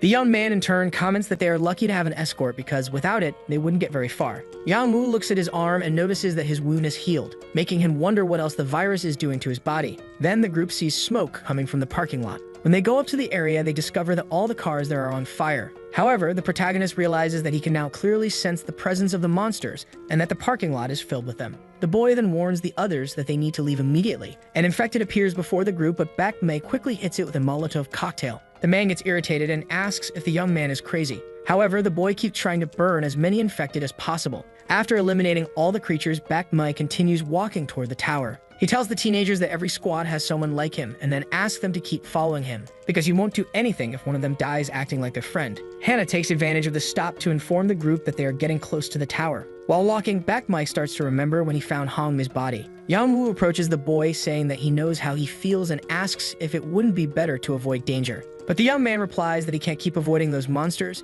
and that killing every one of them on sight is the only way to stay safe. Then he asks how long the protagonist plans to keep running away. Yang Wu then tells him that he can continue doing things his way, but if he ever gets infected alone, he should remember not to hurt any of them. Bakemi, in turn, starts to think that his friend is beginning to irritate him. As the group continues climbing toward the tower, the soldier talks to the girls about where they are from. After that, the man comments that the teenagers are very kind, since they are heading to a dangerous place just to find their friends. So Yan laughs and thanks the man for the compliment. Right after, the soldier hears a noise coming from the bushes and quickly aims his weapon, but it's only a squirrel. The man sighs in relief upon seeing that it's just an animal and tells the kids that there's nothing to worry about. So Yeon and the protagonist laugh at the situation, and the soldier is frustrated that the girl is talking to that boy who cried like a girl. After a while, the girl starts looking at the scenery, and Yang Wu asks what she is doing since they need to hurry. The girl replies that she just wants to have a good memory of that place, because they should have been taking beautiful pictures there with their friends if nothing had happened. The protagonist remains silent and starts imagining his class taking a selfie at that spot. Then So-yeon comments that it's funny how they worked so hard to escape the tower, and now they are going back there, and that she hopes Hannah is telling the truth and that the place is actually safe so that she doesn't have to see more people dying in front of her. Yang Wu tells the girl that everything will be fine, and if the others are in the tower, it's probably safe. Even so, the girl says she is worried because as soon as they are safe again, everything will start all over. The young man in turn says that they should think about that when they get there. Right after, the two hear screams coming from the front group. When they go to check, they discover that the path is blocked by the virus cells. The soldier wonders why there are so many monsters there. Seeing the situation, Bakemi grabs a Molotov cocktail and asks the others to step aside. After burning the creatures, the group finally reaches Namsan Tower. The man tells the teenagers to look around because there might be some cells up there as well. However, inside the location, a massive creature is waiting for the group. Before continuing, Yang Wu suddenly feels a strange sensation and looks back. So Yuna asks if everything is okay with him. The boy replies that everything is fine and that they can keep going. But even so, he wonders what that strange feeling he just had was. Then the soldier observes the staircase and Huang asks what he is looking at. The man replies that he is checking the condition of the cells because it's possible to estimate when and how many cells will spread. For example, if the virus goes a long time without finding a host, the cell's color becomes muddy and its movements slow down. And those on the stairs appear to have been without a host for at least 2 days. After hearing that, Huang asks if the place is safe. The soldier says it is better compared to areas where the virus is still active, but in places like this, there are usually no infected cats or rats. After that, he explains that when the hosts are small, the cells try to merge again to hunt more humans to use as food. The infected are constantly searching for the energy source needed for cellular mutation, but if they do not find something new to eat, they start fusing with each other. Those creatures are developing survival instincts. Then he wonders why his soldier and the children have not contacted them yet. At the tower, the group is trapped as there are monsters outside. The man says that it does not seem like anyone is in the area, but Hannah insists that her friends must be at Namsan Tower. The soldier gets irritated and says that this is the tower and that this was probably all a trick. After that, the group encounters a creature inside the building. While they flee, the man asks the teenagers to contact their friends, but the girl says she has been unable to reach them since they arrived. The soldier says that if they cannot get in touch with their friends, they will start descending the mountain. Yang Wu asks the man to wait because they have not even checked the other floors yet. However, The man says they should already be grateful for having climbed this far. The protagonist then asks to be allowed to check the lower floors and promises not to put the group in danger. And the soldier, in turn, says that he will accompany him and that the others should wait. Upon reaching the lower floor, they do not find any cells. The boy asks the man to stay there because he will explore the floor, and the man laughs, asking if the young man has a death wish. While the teenagers wait on the stairs, So Yeon asks Hannah if she has managed to contact anyone, and says that she will try calling them, as something might have happened. Baekmai decides to check the upper floor again. His friend comments that the man had asked them to wait on the stairs. The boy says that he is not going to take orders from a soldier, and that he will be back soon. Upon reaching the upper floor, the young man starts searching the restaurants for materials to make more Molotov cocktails, because just a few were not enough to stop those monsters, so he needed a bigger fire. Then the boy ends up finding an ATM. On the stairs, So-yeon becomes worried and says that they should not separate like this, but she hopes they find their friends safe. Hannah, in turn, says that it will never happen because none of her friends are there. So Yeon asks the girl if she knows where the others are, but she does not answer. The young woman starts to panic and says that she will go find Yang Woo, but her friend grabs her arm and tells her not to do that because the others will not accept it. After that, she explains that her friends told her not to bring anyone else, and that only they could go, so they should leave immediately. The protagonist asks the soldier why he is talking like that, and the man, in turn, laughs, saying that the young man must think he is easy to fool. Then he asks if the boy really thought he would simply believe everything he said, and that the story about him going out to look for his friends was a lie. After that, he says that Yang Woo is acting this way because he's afraid to go to the shelter, and then he points his gun at the young man, asking if he wants to die. The boy falls to the ground, begging for forgiveness, saying that he made a mistake, but the soldier starts laughing and says he was just joking with the teenager. Then he comments that if he really wanted to shoot the protagonist, he would have done it a long time ago, and he asks Yang Woo to remember when they first met and how he saved his life, so the young man should start treating him well. The boy stays on the ground, thinking about how he does not remember the man saving him before. After that, he warns the soldier to be careful because a monster is approaching. Meanwhile, Hannah continues trying to force So-yeon to go with her to meet her friends, but the girl keeps insisting that they should wait for the others. Then the two hear a scream coming from the lower floor, and the girl wonders what it was. Hannah starts crying, saying that her colleague also betrayed her. Then she pushes her down the stairs. On the lower floor, Yang Woo and the soldier find the fallen colleague and tell her to get up quickly. As she gets up, she comes face to face with her friend, who is the first to be infected in the cable car. Hannah starts running away from that place and reaches a parking lot door, begging the others to open it for her. The soldier orders the teenagers to run away from that creature. While fleeing, Yang Woo remembers that Lee Tae-in advised him to stay still the next time he encountered an infected person, as he would learn a lot from it. After shaking off the monster, the protagonist tells the others that the man had escaped to the lower floor. Then the boy asks where Hannah was. So Yeon, in turn, says that their colleague was in shock and ran away. A young man approaches Hannah, asking how things were outside, and she responds that there were still many cells. The teenager then says that at least they were still safe there, because that place even had a restaurant with some supplies.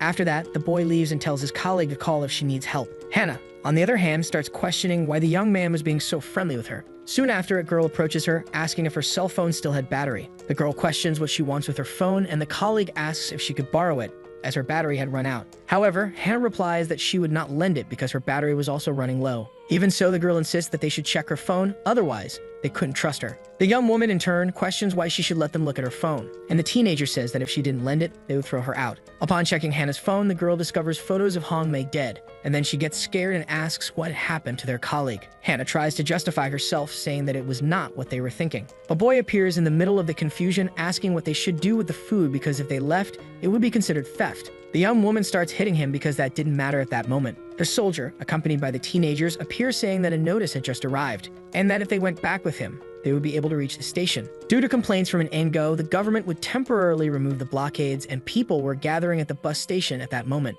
If they managed to reach that location, the kids would be able to escape that hell and go back home. So Yeon takes advantage of the moment of tranquility to hug her friends. The girls ask if she knew when it happened to the other colleagues. The young woman in turn starts crying, saying that they didn't survive. Yang Woo starts thinking about how things would be if his friend were there too. Soon after, the boy approaches the protagonist, apologizing for earlier. The boy, in turn, asks what he was talking about, and the young man explains that he was apologizing for not opening the door for his colleague earlier. Then he says that they had been isolated there for so long that fatigue was making everyone stressed. Yang Woo, in turn, responds that it was okay because during that time he had seen worse things outside. The young man laughs and says that he can't even imagine the things his friend went through in the city. Meanwhile, on the stairs, Hannah starts crying because those girls didn't even let her explain the photos on her phone, making her furious and wondering why they did that. Baek Mai takes the opportunity to search for something he can use in the restaurants. That girl appears, asking what he was stealing and commenting that she almost mistook him for a thief. The boy asks if the young woman was looking for trouble and tells her she should be more careful with what she says.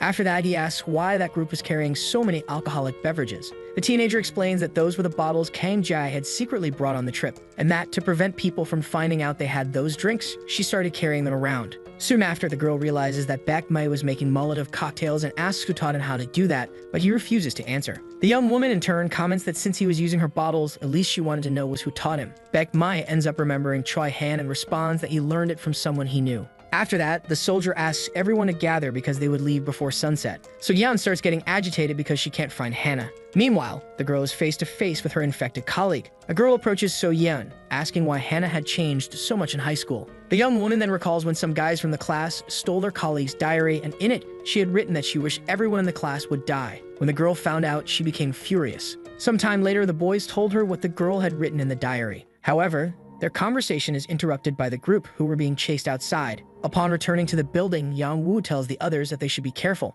As the group walks past a staircase, the protagonist gets another shiver. After going upstairs, they come across Hannah, who is trying to lock herself away from her infected friend. The girl tries to communicate with her colleague but gets no response. Then the creature starts slipping through the gaps in the door, and the young woman tries to move away as much as possible. Baek Mai goes to help his colleague and wonders how that monster could still be there, as he was sure they had already burned it. When he hits the creature with a Molotov, it starts writhing in pain but remains standing. After that, the boys are shocked because the monster had separated itself from the burning part on its own. Right after, the infected one starts running away and screams upon hearing that the group was about to throw another Molotov cocktail. As they follow the monster's trail, Baek Mai comments that its scream gave him chills. The soldier wonders if those things now had the ability to attack with ultrasonic waves. Yang Woo, in turn, notices that the cells in his hand are reacting, and he wonders if the creature was calling for reinforcements. Hannah begs the boys to take her with them. Baek Mai questions how she had the audacity to ask for help after leaving them behind. The girl responds that she was following Kang Ju's orders, who had made it clear that the boys were not welcome. Right after, the young man asks why she had pictures of Hong Mei on her phone. Hannah starts getting nervous and ends up not answering. The soldier points his gun at the girl and says that if she leaves, he will shoot her. Baek Mai finds the man's actions strange and questions what he was doing. The soldier, in turn, says that it was too late to save her because she might have already been touched by that monster, and that it wasn't worth risking the lives of 10 uninfected and uninjured people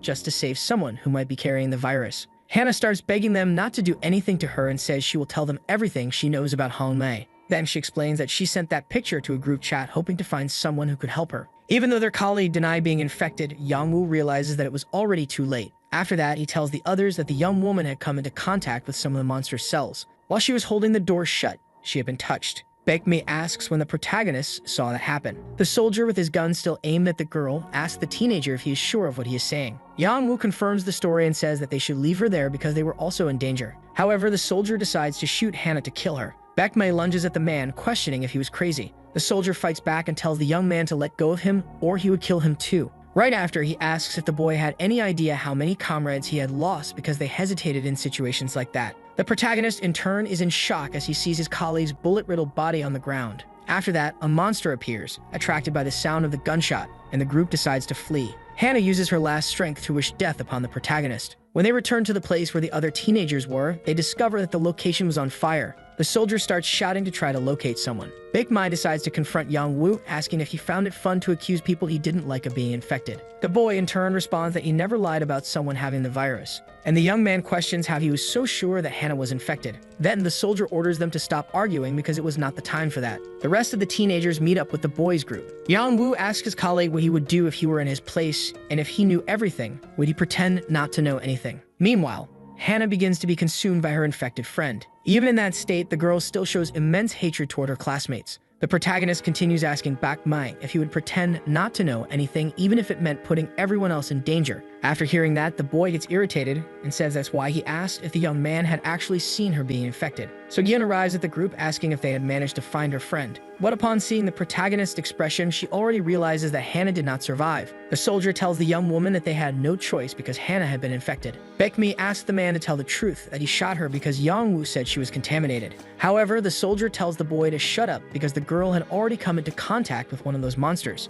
Then he asks if the teenagers really wanted to walk around with a ticking time bomb. That bespectacled teenager asks if that was true, but the protagonist remains silent and does not answer his question. After that, a girl tells them to forget about it and move on because that place was disgusting. Baekmi asks if she would still say that if she were in Hannah's place, and the young woman in turn replies that it would never happen to her. Right after, Yongwoo starts sensing something approaching and tells everyone to run. Baekmi asks what is happening, but when he looks back, he sees that the fusion of their infected colleagues is behind them. One of the girls ends up falling and begins to be consumed by the creature. The group tries to help her by throwing Molotov cocktails at the monster, and the protagonist warns that the bombs are useless because that thing can separate itself from the flames. While fleeing, the soldier tells the teenagers to focus on the monsters that were in their way. Even while shooting at the creatures, the man says they needed fire. One of the girls comes face to face with one of the infected, but is saved by that bespectacled young man. The girl gets up, saying that her colleague was just taking the opportunity to show off. Right after, the boy is attacked by that creature, and the young woman gets scared and decides to run away, leaving her friend behind.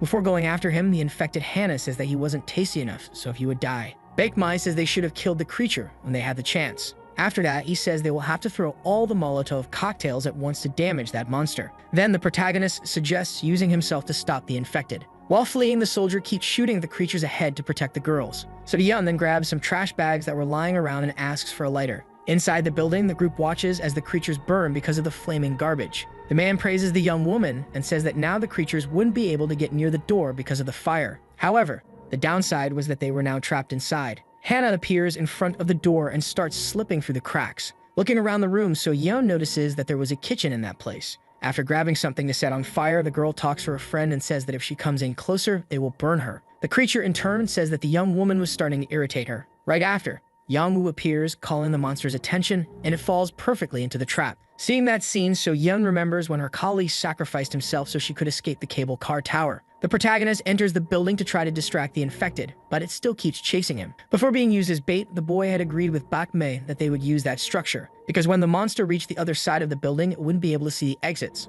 And that's when the group should take action and set the monster on fire. Baekmi tells Yongwoo to hurry because he is about to ignite the corridor. After the protagonist passes through, the boy lights the flames, preventing the creature from crossing. On the other side of the corridor, Park Chu sets the fire and hopes the infected one dies there. Seeing that the monster had its back turned, Baekmi throws a burning chair at it. Right after, Yongwoo advises them to leave. The girl praises the protagonist and says that his plan was really creative. However, the young man says that all of that was thanks to Baekmi, because when he was abandoned in the cable car, he had to create a fire just like that one to survive. The boy then asks how his colleague managed to survive the fire. But before Yongwoo can answer, the fire suppression system is activated by the smoke. Right after, the group looks back and realizes that the creature had survived because of the water. However, So-yeon appears with a torch and defends her colleagues. Park Chu comments that the creature was quite persistent. The monster gets up, saying that it hurt a lot and that all that pain was the teenager's fault. After that, it says that it can no longer move and asks them to end its suffering. Baekmi tells the infected one to stop pretending to be Hannah. Then, the creature starts saying the name of Han Mei.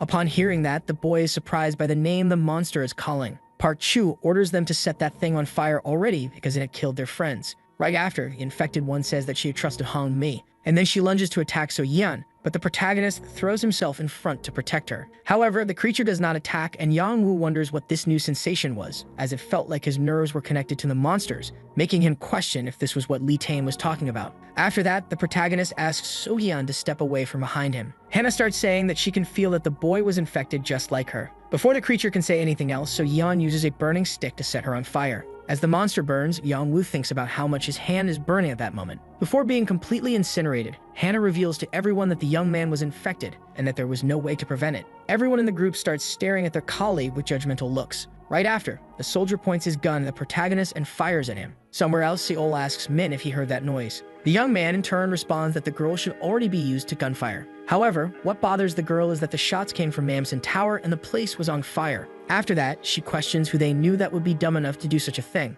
Baekmi jumps at the soldier and the man asks if he also wanted to die. So Yoon kneels beside the protagonist, worried if he's okay. Then the soldier punches the young man in the face and points his gun, saying that he never liked him from the start, and that he was going to fill him with bullets for touching him. After that, Yang Wu stands up and everyone wonders how he is still alive. The young man then points his finger at the soldier and says that they can kill him. Right after, several monsters appear, heading toward the man who tries to defend himself with his gun. So Yin reaches the boy, asking how he is feeling, but she notices that his gaze is completely different. Yang Wu then ends up fainting and begins questioning how everything ended up this way, and that maybe none of this would have happened if they hadn't gone to Seoul. The squad finally arrives at the building to rescue the old woman. A soldier reports that all the virus cells in the surrounding area have been incinerated. Then he says that there were still teenagers in the building who mentioned that another group of survivors was at Namsan Tower. The man says that he doesn't know exactly where those people are, but that a soldier has already been sent to find them. After that, the young man reaches Huang, asking if he would be okay if they left him there alone. And just the homeless man's look is enough to answer the soldier's question. The squad then decides to leave the location. Huang starts walking through the structure and comments to himself that as long as there was a place to sleep, it could easily become his home. Right after, he starts looking for bottles of alcohol, but ends up coming across Choi Han's body. Then he decides to bury his colleague, saying that he was lucky to have someone to take care of him. After finishing that task, he remembers that he also had to bury Hongmei's body. Baek Mei and the others flee the tower while carrying the protagonist. So Yoon asks if that soldier would be okay. However, the boy says that she shouldn't care about that because he was getting what he deserved and that he would kill him if the man followed the group. After that, the young man wonders why all those monsters had only attacked the soldier. Right after, Park Chu asks everyone to wait because she couldn't stop thinking about what Hannah had said, and she asks if everyone also heard about Yang Wu being infected. After that, she suggests simply leaving the boy behind. While Huang digs Hongmei's grave, he comments that he didn't like the situation because it felt like he was a crazy person hiding bodies. Then the homeless man starts hearing a weak cry for help. Park Chu asks Baek Mei if he knows the reason why they didn't let the boys join them, and she explains that when they try to save all of their friends who end up in danger,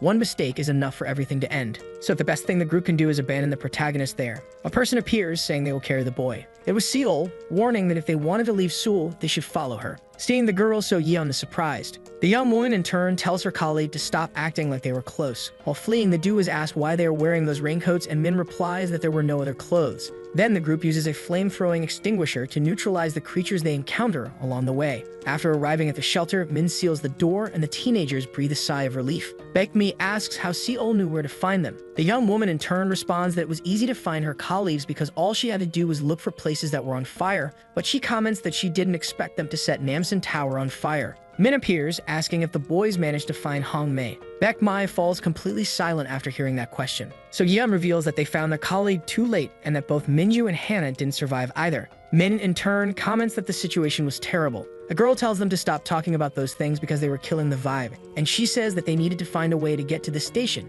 because the city's barricades were being lifted. Seol asks how they were going to get to the station and tells her colleague to check the map on her phone. The station was on the other side of the Han River, so to reach the place, they would have to cross the water, and even if they got to the station, they would still have to deal with the infected people. So she comments that without the protagonist, it was going to be more difficult. The girl starts laughing and says that protecting them was the soldier's job. Seol in turn says that the soldiers would probably aim their flamethrowers at the young woman. Park Chu asks why the group wanted to take Yang Wu, who was infected with them. So Yeon becomes worried and wonders if her colleague will wake up. Min was researching on the internet and realizes that as the virus spread, only monsters were appearing without any cells. Baek Mei says that was normal because all the cells had transformed into creatures. The boy explains that they were no longer seeing cells with a nucleus and were only finding infected people who had managed to fuse. Seol explains that this meant the infection rate was decreasing, and that now the cells were acting like predators that needed to feed on people and were also changing their survival strategy. Baek Mei sees this as a good thing because now it would be easier to deal with the monsters. Right after, he starts telling Min about his encounter with a mutant version of a creature. The young woman wonders if the monsters could evolve into different forms and begins to believe that there might be things near the river that even the soldiers wouldn't be able to defeat.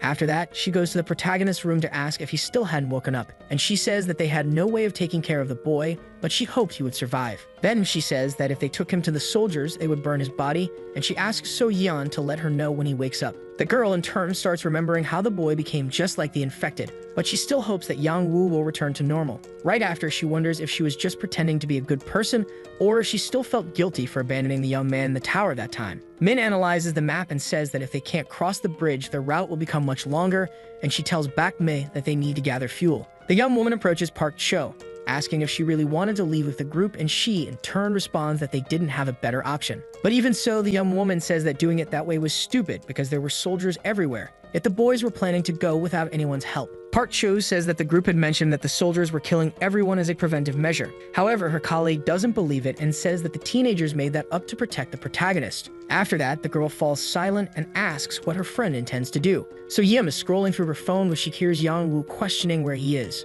The young woman then responds that they will go home together. Se-ol returns to the room just as the protagonist wakes up. The boy starts crying, thinking that at that moment, he was really going to die, and he thanks his colleague for not abandoning him there. So Yin comforts her friend and tells him that everything's okay now. Then the whole group gathers in the room to see their companion, who had woken up. Baekmai says that the boy is truly incredible because he thought he would never wake up. Yang Woo, in turn, thanks the boy for carrying him all the way there. Hearing that gratitude, the teenager feels embarrassed. After that, Park Cho enters the room saying that they could make a decision after asking the protagonist something, and then she asks him to be honest and say whether he was really infected. Her colleague gets irritated and says it's obvious that the boy will lie. Se-ol tells the girl to stop talking nonsense and asks her to step aside because she has a better question. The young woman asks the boy to answer without thinking and not just stand there staring with his eyes wide open. Right after, the girl questions whether the protagonist was also an immune person. The group searches a store for supplies but ends up finding nothing. Min tells them to check the back area because there might be something left. When they open the back door, they come across a monster, but the boys manage to burn the creature easily and take the supplies that were in the room. So Yin helps the boys carry the food crates. Se-ol approaches Yang Woo, asking if he can also tell the difference between cells and monsters. The girl remembers that her colleague had mentioned meeting an immune person in the shelter, and that they talked about the cell's incubation period. Then she says that after seeing some inactive cells, she started thinking about a hypothesis, that the immune ones weren't truly free from the virus, but rather, the mutation wasn't being activated. Yang Woo answers his colleague's question, saying that he wasn't sure if he was immune, but he reveals that Lee Tane had told him that he was immune. A girl says she doesn't believe that story and asks if Baekmai took it seriously. After that, she says that she thinks something is going on between Se-ol and the protagonist, because they are always talking alone. As they leave the store, Min says that now they are ready to leave Seoul, and that they just need to find some gasoline. Right after, the group encounters some vandals attacking a man. Seeing that, the young man says they should call the others and go back. At the shelter, the girl questions what they would do if they ran into those lunatics again. Meanwhile, Yang Woo looks at the wound caused by the gunshot he took, and he realizes that the cells had healed him again, just as they had done with the burn on his hand. After that, he thinks that it feels as if this thing is consuming him, and he starts worrying about what he is becoming. And then he decides that he needs to meet Lee Tane again. Se-ol enters the bathroom,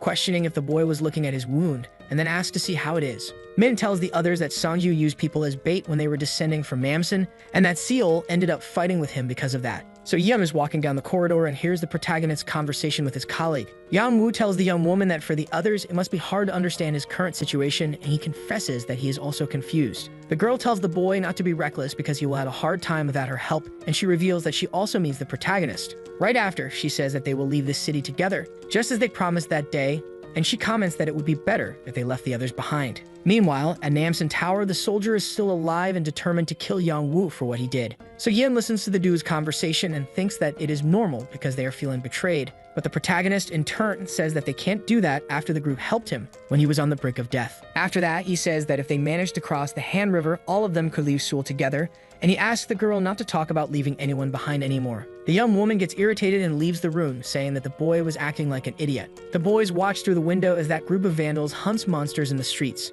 Min says that the motorcycles those men were using could leave the creatures in the dust, and that maybe they could cross the river with one of them. However, Baekmai comments that if they were all going to cross together, they would need more motorcycles. Right after, the boy asks where Yang Woo is, and so Yeon says she believes he's in the bathroom. After that, Min suggests taking the motorcycle and fetching one person at a time, but the girl doesn't listen to the plan and keeps thinking that Se-ol preferred leaving the others behind. Those vandals find a burning building and question who did that. One man quickly understands that there were people hiding nearby and stealing supplies. Hwang sits beside Hongmi's bed and wonders why no one checked if the girl was alive. However, he starts saying that maybe the young woman was infected, and in that case, anyone would hesitate to approach her. Then he questions whether the girl really had the virus and if that was why the soldiers were burning everyone. Even so, the homeless man comments that the girl shouldn't have been left alone like that. After that, two teenagers enter the room and are shocked by the old man's presence, as they thought the building was empty. Hwang says he doesn't live in the building, but he had already checked around and found no supplies. Right after, the boys notice the girl lying on the bed and say they had a moral obligation to help her.